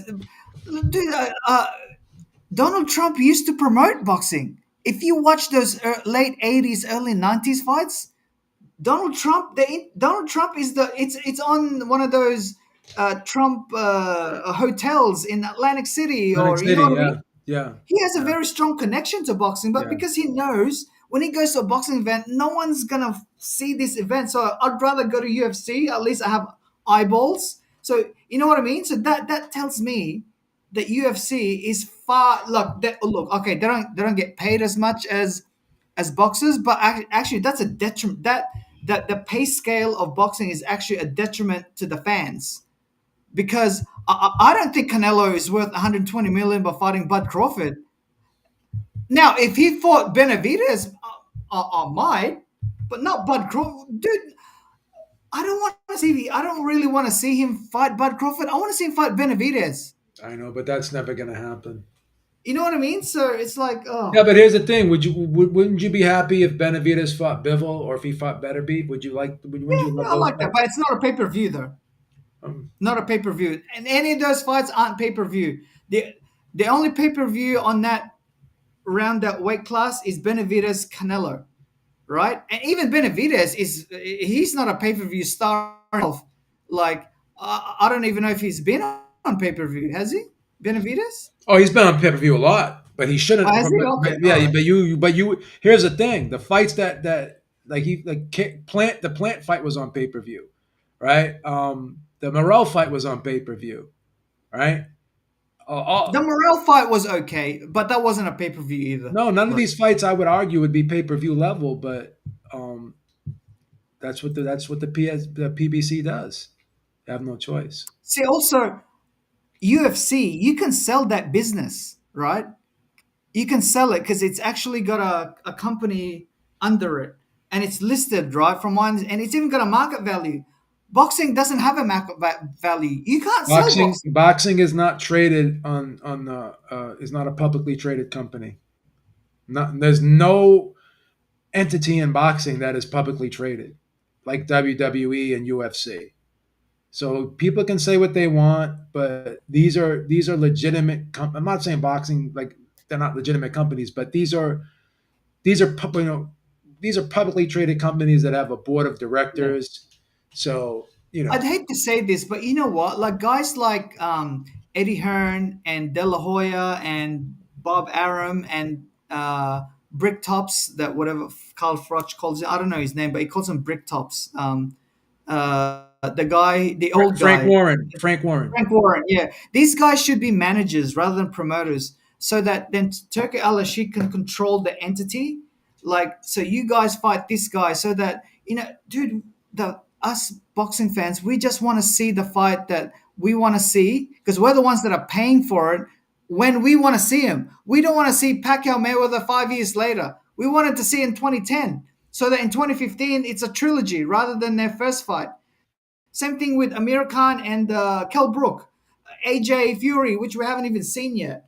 AJ Wilder, also we haven't seen yet. It's like, dude, come on, man. Like, and I think Turki Al Sheikh knows that, Beebs. And I think he wants to go back to that HBO formula where there's a like a because I think he talked about that where like there's a different pay scale like where you pay. So it's like for $10 per month, you can only HBO After Dark. But if you pay 20, now you can also see HBO Boxing After Dark and also HBO World Championship Boxing. And then if you want to see like Canelo Crawford, you pay $30 per month. So it's like, I do like that model where that way it will get rid of the pay per views, and now it's just for free. Now, because Beebs, if it costs $10, I'm gonna pay for that rather than going to an illegal internet where it keeps buffering. Well, let me ask You you know, this. Let me ask you this. Do you still have a DAZN membership? I never have. Never have. Would you consider buying a DAZN membership after hearing the news about what Turkey Al Sheikh just announced? Absolutely, dude. That would Babes, I used to buy that would pay-per-view. persuade you. That would persuade you to get a DAZN membership, correct? Absolutely, So let me absolutely. ask all the people in the chat, because a lot of people in the chat told me they canceled their DAZN membership. If Turkey Al Sheikh is true to his word, and all these ring events and these Riyadh season events are no longer pay per view and they're included with the subscription, would you guys sign back up and reactivate your memberships if Turkey Al Sheikh does what he said he wants to do? I'm Also, curious. there's not Let me just know in the boxing chat. in the zone. They've got soccer there too, right, Babes? They got soccer, they got NFL in certain countries too as well. So And darts. yeah, darts is big in the Maybe, maybe, UK. Darts is dude, big in the maybe UK. buy. Maybe buy another sport. Maybe buy poker, World Series of Poker, or something like, you know Yeah, what I mean, yeah. or buy like lingerie football or something, something that us guys can, like, hey, like, you know what I mean, like something, you know what I mean, Beeps, like it doesn't have to make a profit. There are some sports where it plays a supporting cast, right? You don't have to make a profit. It's just there for us guys, us alpha males. You know what I mean? Like, oh, Yeah. hey, that's a nice. I'll watch that. Like, something that you drink. I don't drink beer, but you drink beer and you know, like for example in HBO, like Hard Knocks. Right, I used to love that show, man. Like Hard Knocks. Oh my, the NFL Hard Knocks. Did you used to watch that, Beeps, on I HBO? used to watch that every night. Yeah, I did. Oh man, that used to be a great show. Um, something like that, where, like, give us something for that $10-20 per month. Because if you add it all up, if people start subscribing more, you will get your money back. Now, Yeah. the problem with HBO is that when they did that, what was that Dungeons series, beef, where they started paying these actors enormous amount of money. Game of Thrones. Game of Game of Thrones. Thrones. Yeah, that was a good movie. That was good. I love that. Yeah, that's one that it started going wrong for them when they started paying these actors so much money they couldn't afford it anymore. Yeah, Anyways, hey, that's Ahmed. great. Ahmed, are you Can connected? You you ready to go? hear me? I can hear you. Yes. All right. Do I need to what is it? How do I sound? Because I'm using my AirPods. What do you want to use? No, I'm using my AirPods. Can you hear me? I Like, can hear you perfectly. all right, that's okay. How's it going? I'm doing good, man. I heard you putting 10 racks on Dubois tonight. Is that true? Hey, I'm putting 100. The thing. I was just thinking because I was talking about this the other day. I think it was yesterday actually, and I seen Eric is also picking Dubois, but I rewatched the fight last week. I think Dubois mentally may be a different fighter, but at the same time, do you reckon he's been matched up carefully? Because I was just thinking when he fought Lorena, who's I believe a southpaw, and Usyk, I know he was a bit inexperienced, but he got dropped by both those guys about 5 times. Yeah, he So did. He did. and in the last three fights, those guys are big punchers. Yes. AJ, Higovic, Miller, no one of them put him down once. So is he a different fighter or is he mentally different fighter? Because if he's mentally a different fighter, maybe he's also been matched up better. But if he's a different fighter, then I think the style may not make a difference. Because in a rematch, I think he'd knock Lorena out. But I don't know if that style of Lorena Usyk, guys like that, just give him problems because they're quick on their feet So, and they're is there a legitimate path to victory here for Daniel Dubois? Let's just say this, because we're gonna speak hypothetically here. If Dubois is at his best, right, and Usyk is at his best, is there a path to victory for Dubois? Yeah, I believe it is. I may be in the minority because I'm seeing on paper, not on paper, I mean, I'm seeing online, a lot of people are saying Dubois was only got like a 10 to 20% chance. And maybe that's because Usyk stopped him and Usyk's only stopped Witherspoon and Dubois. But like I said, when I rewatched the fight, and I think Dubois was a bit inexperienced at that time, and it was 2 years ago. After round five, I think you can make a valid case. It was 3-2 to Usyk. You can maybe even go 4-1. But I had it the same as I had it live and same as Stanley Christopher Doodoo. I gave Dubois round 4 and 5. Maybe some people would say I was being generous because Usyk did dominate the last minute or second half of round 5. But I thought Dubois did very well in the first 2 minutes. So did that by Lewis Pabon disrupt his mentality? Because listening to what Barry Jones was saying and Steve Bunce, they said they were at the fight, and Don Charles and someone in Dubois' corner was saying after that thing happened, Dubois lost his mind. And mentally, I think he looks a bit different. So I don't know if that fight, if Lewis Pavon doesn't do what he does and gives Usyk extra time, Well, is let me that a more like competitive fight? Do you reckon? Like this, one I was going to ask you guys in well, retaliate. well Do you let me reckon let that me fight could have went longer? let me unpack that a little bit, and forgive me for being redundant Go on, go on. because I said this earlier, right? Imagine you land the best punch of your life, right? Yeah, yeah, And you're told it doesn't count. And then not only you're told it doesn't count, you're told if you do it again, you're going to get disqualified. yeah. I was watching that. Think about But that. Like but everything was it. have you ever seen a referee get that angry and that I've authoritative never and that seen that. Never forceful with seen a fighter in your life? I've never seen it.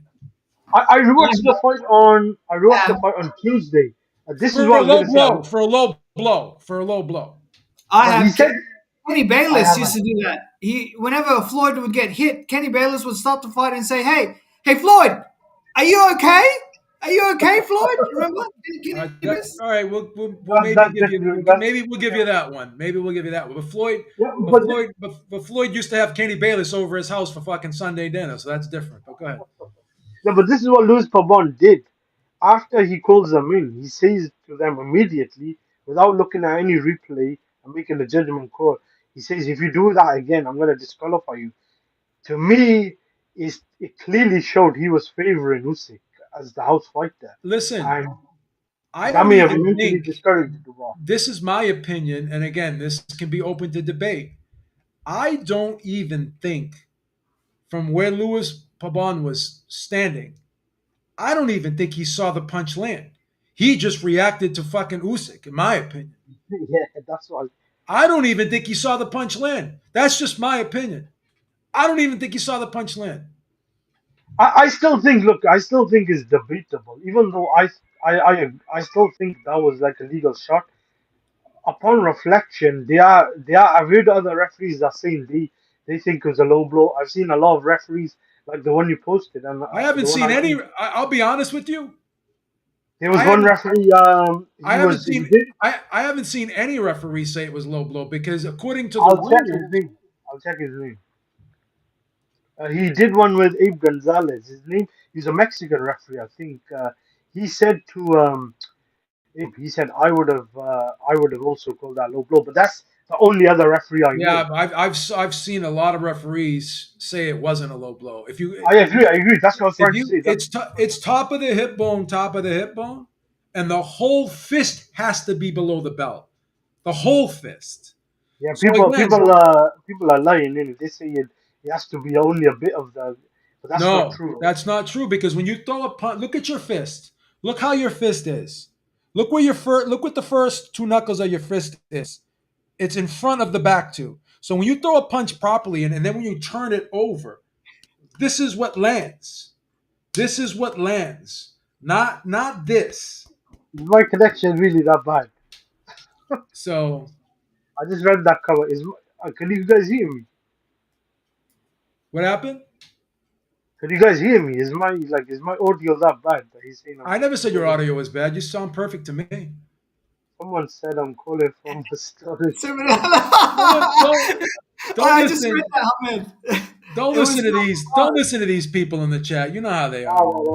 that's funny. That's funny. Don't Anyway, yeah, focus yeah. on these Hey, people. there's Don't nothing focus wrong on with these people. 7-Eleven. 7-Eleven's got the best foods, man. I buy food from Listen, them. let's not disrespect people's culture here in the chat. Come on, I've please. had worse on Twitter. So Enough I'm with not the gonna enough get. with the insults here, Hey, please. shout out to Seven Hamid Eleven's meat Hamid pie. is a long-standing friend of this show. He has a lot. He gets a lot of. I give him a lot of respect, and I think Also, hey, he's a dude, very knowledgeable person. hey And guys, also we're not alhamdulillah. we're not rich here, by the way. So some of us do buy food from 7-Eleven, including me. Shout out to the 7-Eleven's meat pies and sausage rolls. No, but we're from similar backgrounds, isn't it? Where are you from again?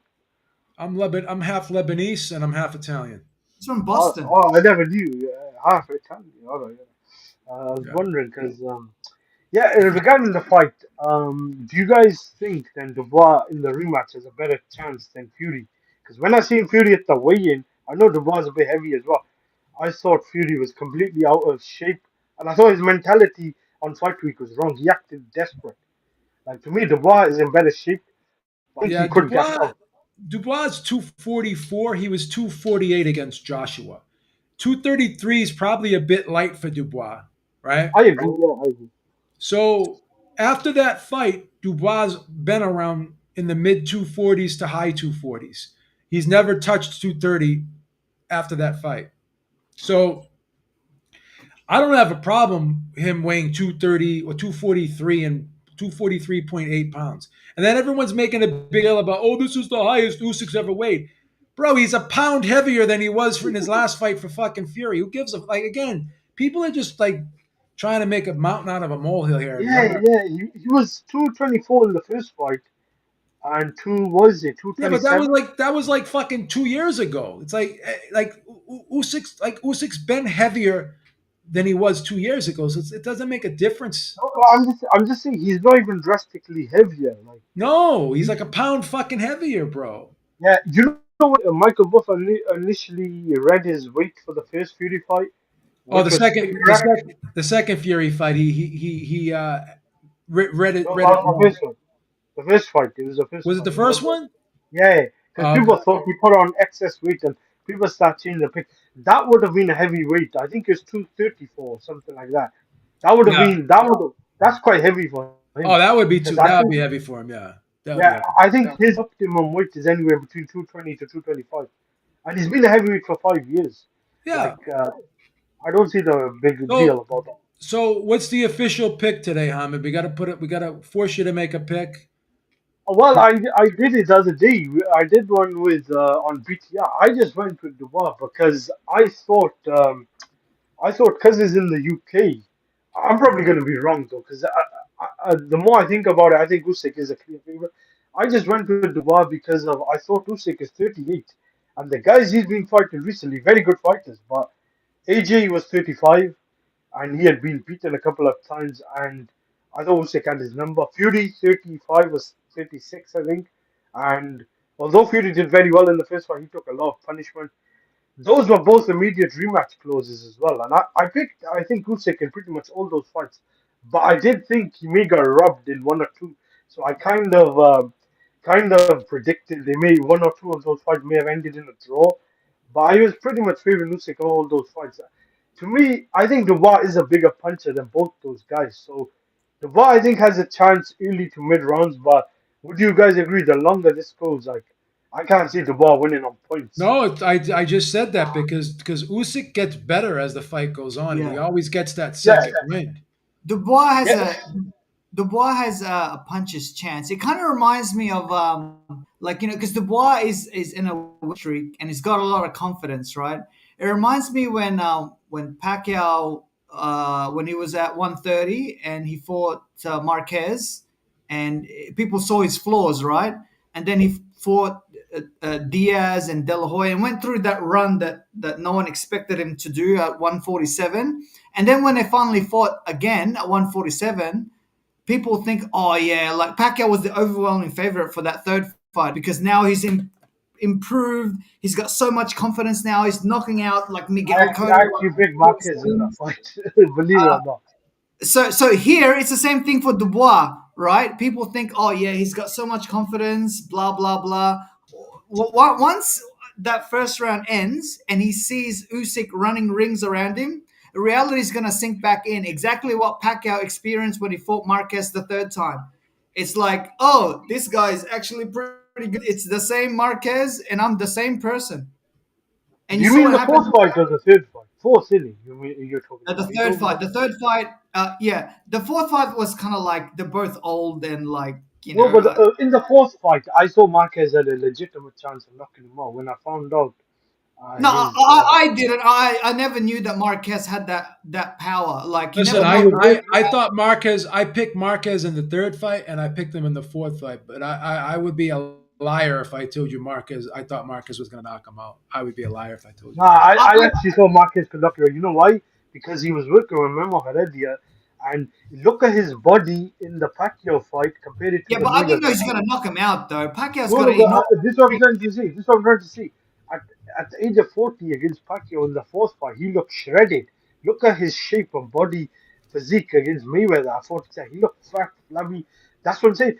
And yeah, I understand what you're saying. There was no signs of him knocking Figure, but Pacquiao had been down a couple of times. And I know Marquez head to head hadn't put him down, but Marquez had shown that he can knock That was a guys long out. time ago, Hamed. That those Yeah. knockouts were like when he was 19, Yeah, 16, but he knocked 17. the one. He knocked the one Diaz.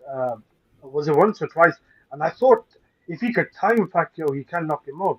And then that was evident in the third round when he dropped him heavy. Like I never saw maybe that coming. I never saw that coming. I thought like I'm when he not, knocked him down, I was thinking, what the hell? Like, no, I'm not saying I predicted he was gonna put him to sleep and almost kill him like that. But I thought he could stop him. Like that's what I'm trying to say. I thought because of how he looked in training and in that third fight, Pacquiao was hesitant to kind of pull the trigger or go for the kill because that's where look. I think Marquez started taking something, but I think he was, but they Hamed, he both are was. probably on something. No, I don't think he was hesitant to pull the trigger. I think it's because of Marquez. Because when Pacquiao would throw, Marquez would counter him because Yeah, he knew it's a how bit he of both. was. Yeah, it's a bit of both. And also that fight, right? That was a very close fight. That could have gone either way. Beeb said Marquez won. I thought Pacquiao won. So it could. I saw Marquez won live. I thought it was robbery on rewatch. I had the same score as Harold Lederman. The only reason I thought Marquez won because live, because I Harold thought Lederman for Pacquiao, man, for yeah the he had third fight. every right, but I thought it was a draw or it was 7-5 either way. I changed it to Pacquiao on rewatch. The only reason I say that because that was one fight where I did not score it round by round, and Pacquiao had been so dominant. That was a fight where he didn't like knock his opponent out or down, and I was giving Marquez a lot of rounds based Yeah. on just how Ironic, good. Ahmed, ironically, Pacquiao's best chance of beating Marquez like dominantly was Decided. actually Yeah, in the fourth fight yeah, he let because him off the hook. he was about to knock out Marquez. If that, I think, was the fourth or fifth round. Roy If it Jones was lasted saying another, his nose was busted. yeah, if it lasted a couple of more seconds, the ref was about to stop it. If you watch that fight, the ref was about to stop that fight because Marquez wasn't punching back anymore, and That Pacquiao was a was great just fight. like Yeah, throwing it. It was just Marquez was really hurt the round before, yeah, or actually, he had trouble breathing. He had trouble breathing. and he was even hurt uh, in the beginning of the round six as well, the round that he actually scored the knockout in. So yeah, yeah. What round did Pacquiao drop him though? He dropped him. His glove touches the I think in the canvas, fourth and round or something. yeah, then his nose goes in it, and he staggers in one of the. I wish Pacquiao just finished him off, but he got reckless, like because I was a big Pacquiao fan, and To that was a me, look, that was the guy he just I, couldn't. I do think that from an emotional point of view, I do think Chavez is the best Mexican fighter. But if you really look at it, like if you really analyze who Marquez fought and how he beat him, I reckon Marquez is the best Mexican fighter ever because he I think that's bold. Marquez is one of my favorite fighters of all time. He's in my top five. I love. Not because I think he's like just for me, like as in terms of like enjoying someone and admiring someone's style and just the fights he's been in. He's one of my favorite fighters of all time. He's in my. He's a I good think. fighter, but I thought he clearly lost to Tim Bradley. I did not know how people had that No, hopes. I I thought gave Bradley I eight. had Tim Bradley beating him clearly. Yes, I did yeah. too. Yeah, eight. I thought he could have even won 9 rounds to 3. Like I know Um, what's it I had called? it. I had Losno. it. I had it 8-4 for He was That's how washed I Brazil. had up. it. Yeah. He was washed No, up by but that. Like, that was after his win over Pacquiao. Though. It wasn't too long after, I believe. no, but what I'm saying is Marquez was also washed up when he fought Pacquiao too. It's just that he was just going for the kill. Not it I, wasn't I something. to me, washed up gets used. To me, a washed up fighter is like when Amir Khan, and Cal Brook fought, and Khan looked completely shot to pieces. That's to me washed up. I don't know if you want to say he was past his prime, or maybe Well, Brook had seen better days. was washed up too, Hamed. Who? Kell Brook was also washed up for that fight as well. Both of Yeah, them were. Brook was less washed up, but I'm saying Khan was completely shot to pieces. Washed up. He should have been retired after the was it Canelo or maybe Crawford fight. I thought he was washed up against Crawford as well. But this is what I'm It, trying to say. When Pacquiao fought Marquez, I don't think they were both washed up because Pacquiao went on to beat him Bradley in the third fight, the second fight, and then the third fight. I know Bradley was obviously washed up in the third fight, but he beat Keith Thurman. He had some very good wins. Marquez maybe was more towards the tail end of his career because I think he only fought twice against Alvarado and Bradley, but I still don't think he was washed up because that was a competitive fight. people don't give Pacquiao credit enough for coming back from that KO. Usually, when you get slept Yeah, like that, usually your career is over, right? yeah. Pacquiao came back and won the welterweight title twice. It could be three times here tonight.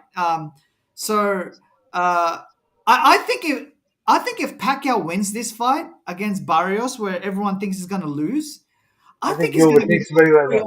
He's going to be top three all time. He has to. He has to be. He has to be.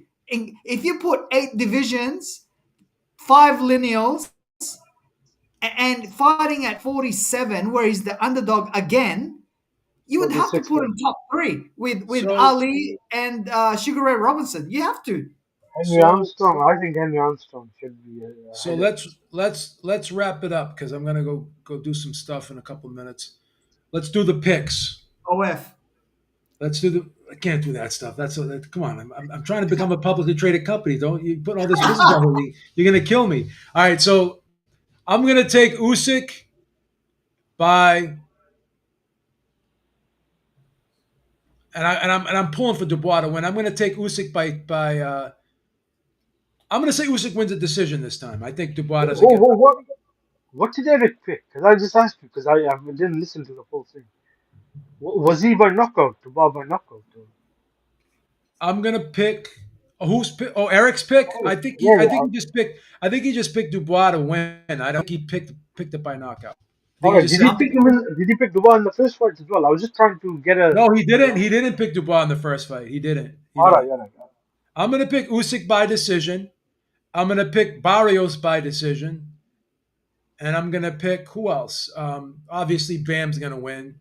What else? I'm gonna pick Tim Zhu by knockout, and Can I go next, Beeps? yep, and that's it. Go ahead. You go Okay. next. Me, I'm picking Usyk by KO in the sixth.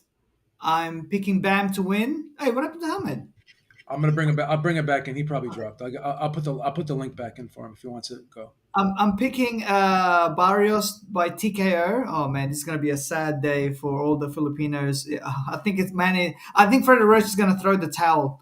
I'm picking Tim Zhu by KO as well, same as you, Beebs.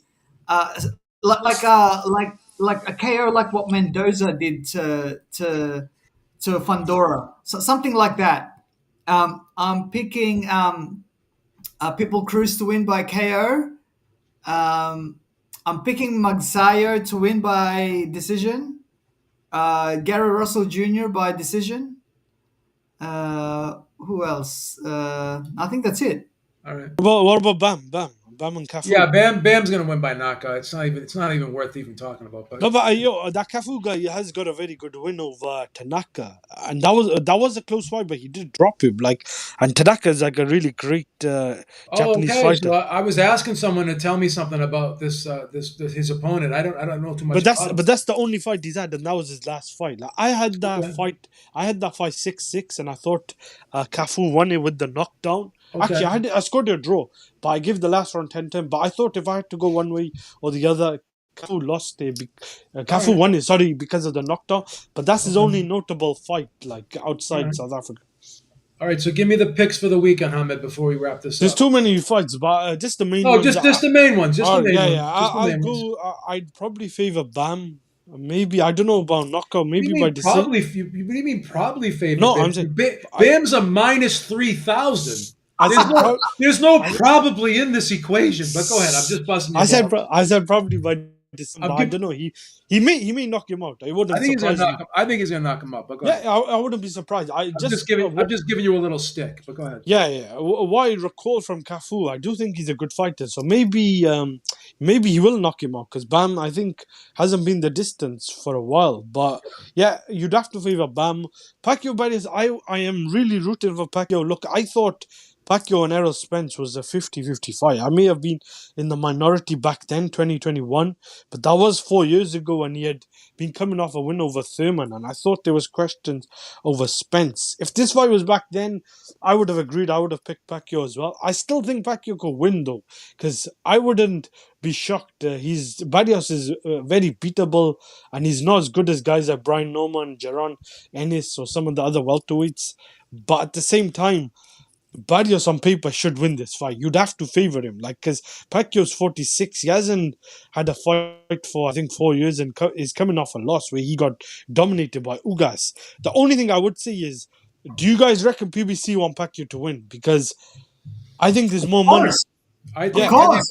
I think everybody in the habitable world wants Pacquiao to win outside of Barrios' family. No, but Beeps, Haman's got a good point. I think PBC does want Pacquiao to win because they want that super fight with Javante Tank Davis. Davis.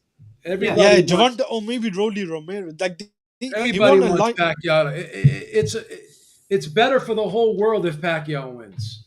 Also, it's a passing of the torch. The stock market will probably go up if Pacquiao wins. Yeah, it's But also it's a I don't passing, know. I don't know. But I don't know it's if a it's better. passing of the torch as well from Pacquiao to Tank Davis. If Oh, you Pacquiao mean wins, Pacquiao? Pacquiao wins, I'm going to petition New York to have a real legitimate parade for somebody that wins. I think you got to favor Barrios, but I would love to see Pacquiao win that Listen, fight. I'm pulling for Pacquiao. I'm going to go to church. I'm going to go to church after this show and light a candle for him.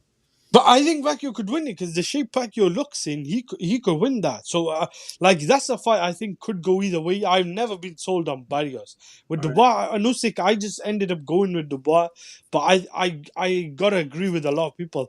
Usyk on points or maybe late TKO would be the safe bet if it was a gambling man. But this, I think, if anyone is gonna beat him outside maybe Ajit Kabayal, Dubois is the guy you could pick because of. Why wouldn't you take, if you're a gambler, man, why wouldn't you just put a little money on Dubai? You're getting great odds. When well, I'm not a gambler, man. That's why I answered the question. But I thought when Dubois and Usyk fought 2 years ago, Usyk did have a lot of advantages, so I ended up did going with Dubois. But like nothing will surprise me what Usyk has done. Like he could completely dominate this fight and take over in the second half.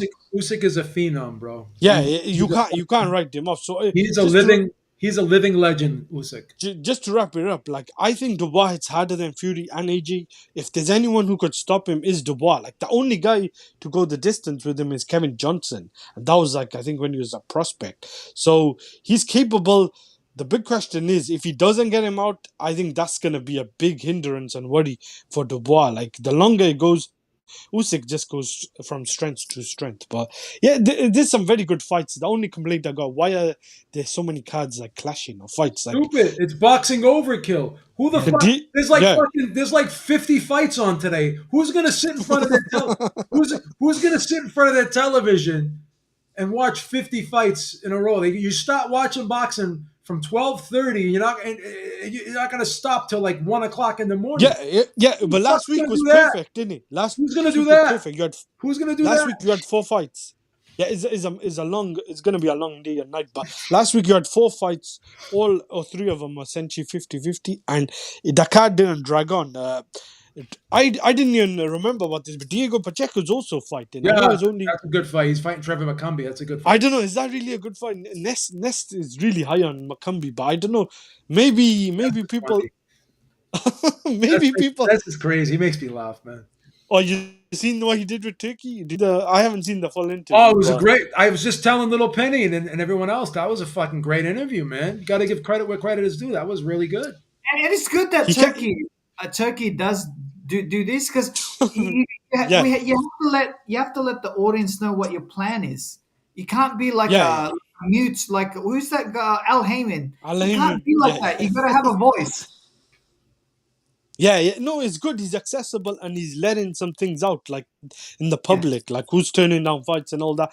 But Ness was asking me for a while, like to get hold of Turkey.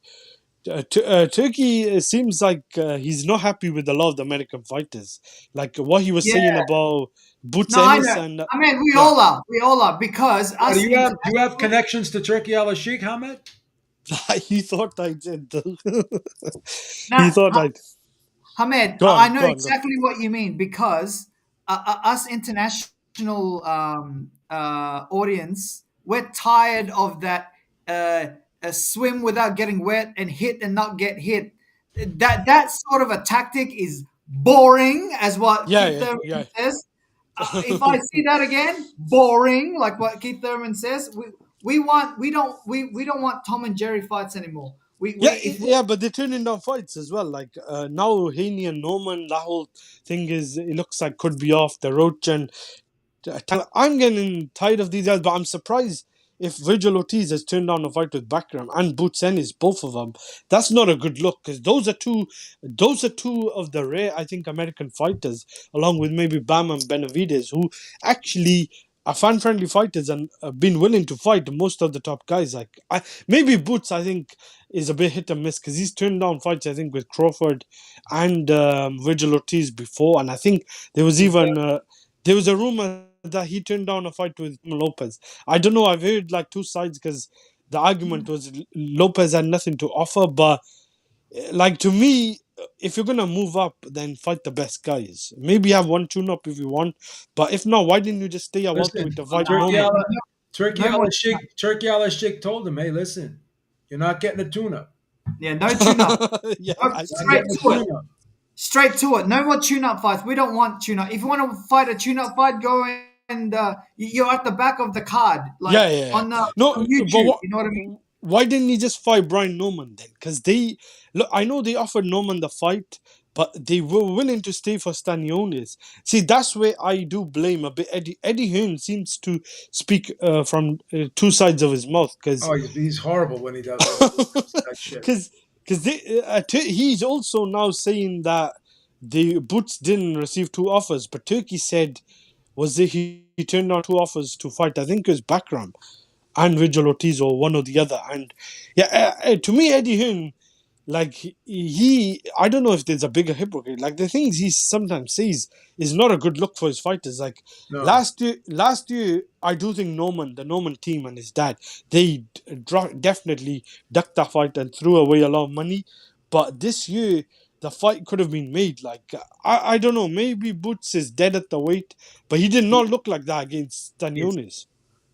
no. Nah, he is. He should have moved to the 154 division But along. he battered Stanionis though. He did. I don't think he struggled to. He didn't struggle in that fight. I don't know. Did he struggle to make the weight because they were He saying does. he had. He doesn't look good on the weigh-ins, especially the last two. He doesn't look good on the No, he weigh-ins, looks man. horrible at the weigh-ins. He looks dry. He Yeah. looks fucking emaciated. You don't look like he's But healthy. there was no IBF rehydration clause for the Stanionis fight. I agree with the Yeah, Amel fight, because it was unification. but that would be the same with Norman as well. Yeah. That's what I'm trying to say. So maybe he So could have stuck around. so you're going with Dubois, Hamid Yeah, yeah, yeah. by knockout or decision. You'd have to go by KO. I All don't right. know So unless he Dubois by drops it. KO, Unless Barrios he by decision, and Bam by. What about Zoo and Fondora? I forgot. Did you say? Did you do I that? don't know. I ended up the other day saying Vandora, and that's why I went with. But I got a feeling that could be another tough fight because the first fight before the head clash, Zoo was kind of winning, but I'm not sure what Zoo has got left. If I'm being Yeah, honest, Zoo had a tough loss to Bachman. but All right. he didn't look great against Joey Spencer before the knockout as well. Would you agree? I thought he looked okay. I thought Spencer was winning those rounds. Like, All right, fair enough. all All right, right, are you guys. gonna be back tomorrow or no?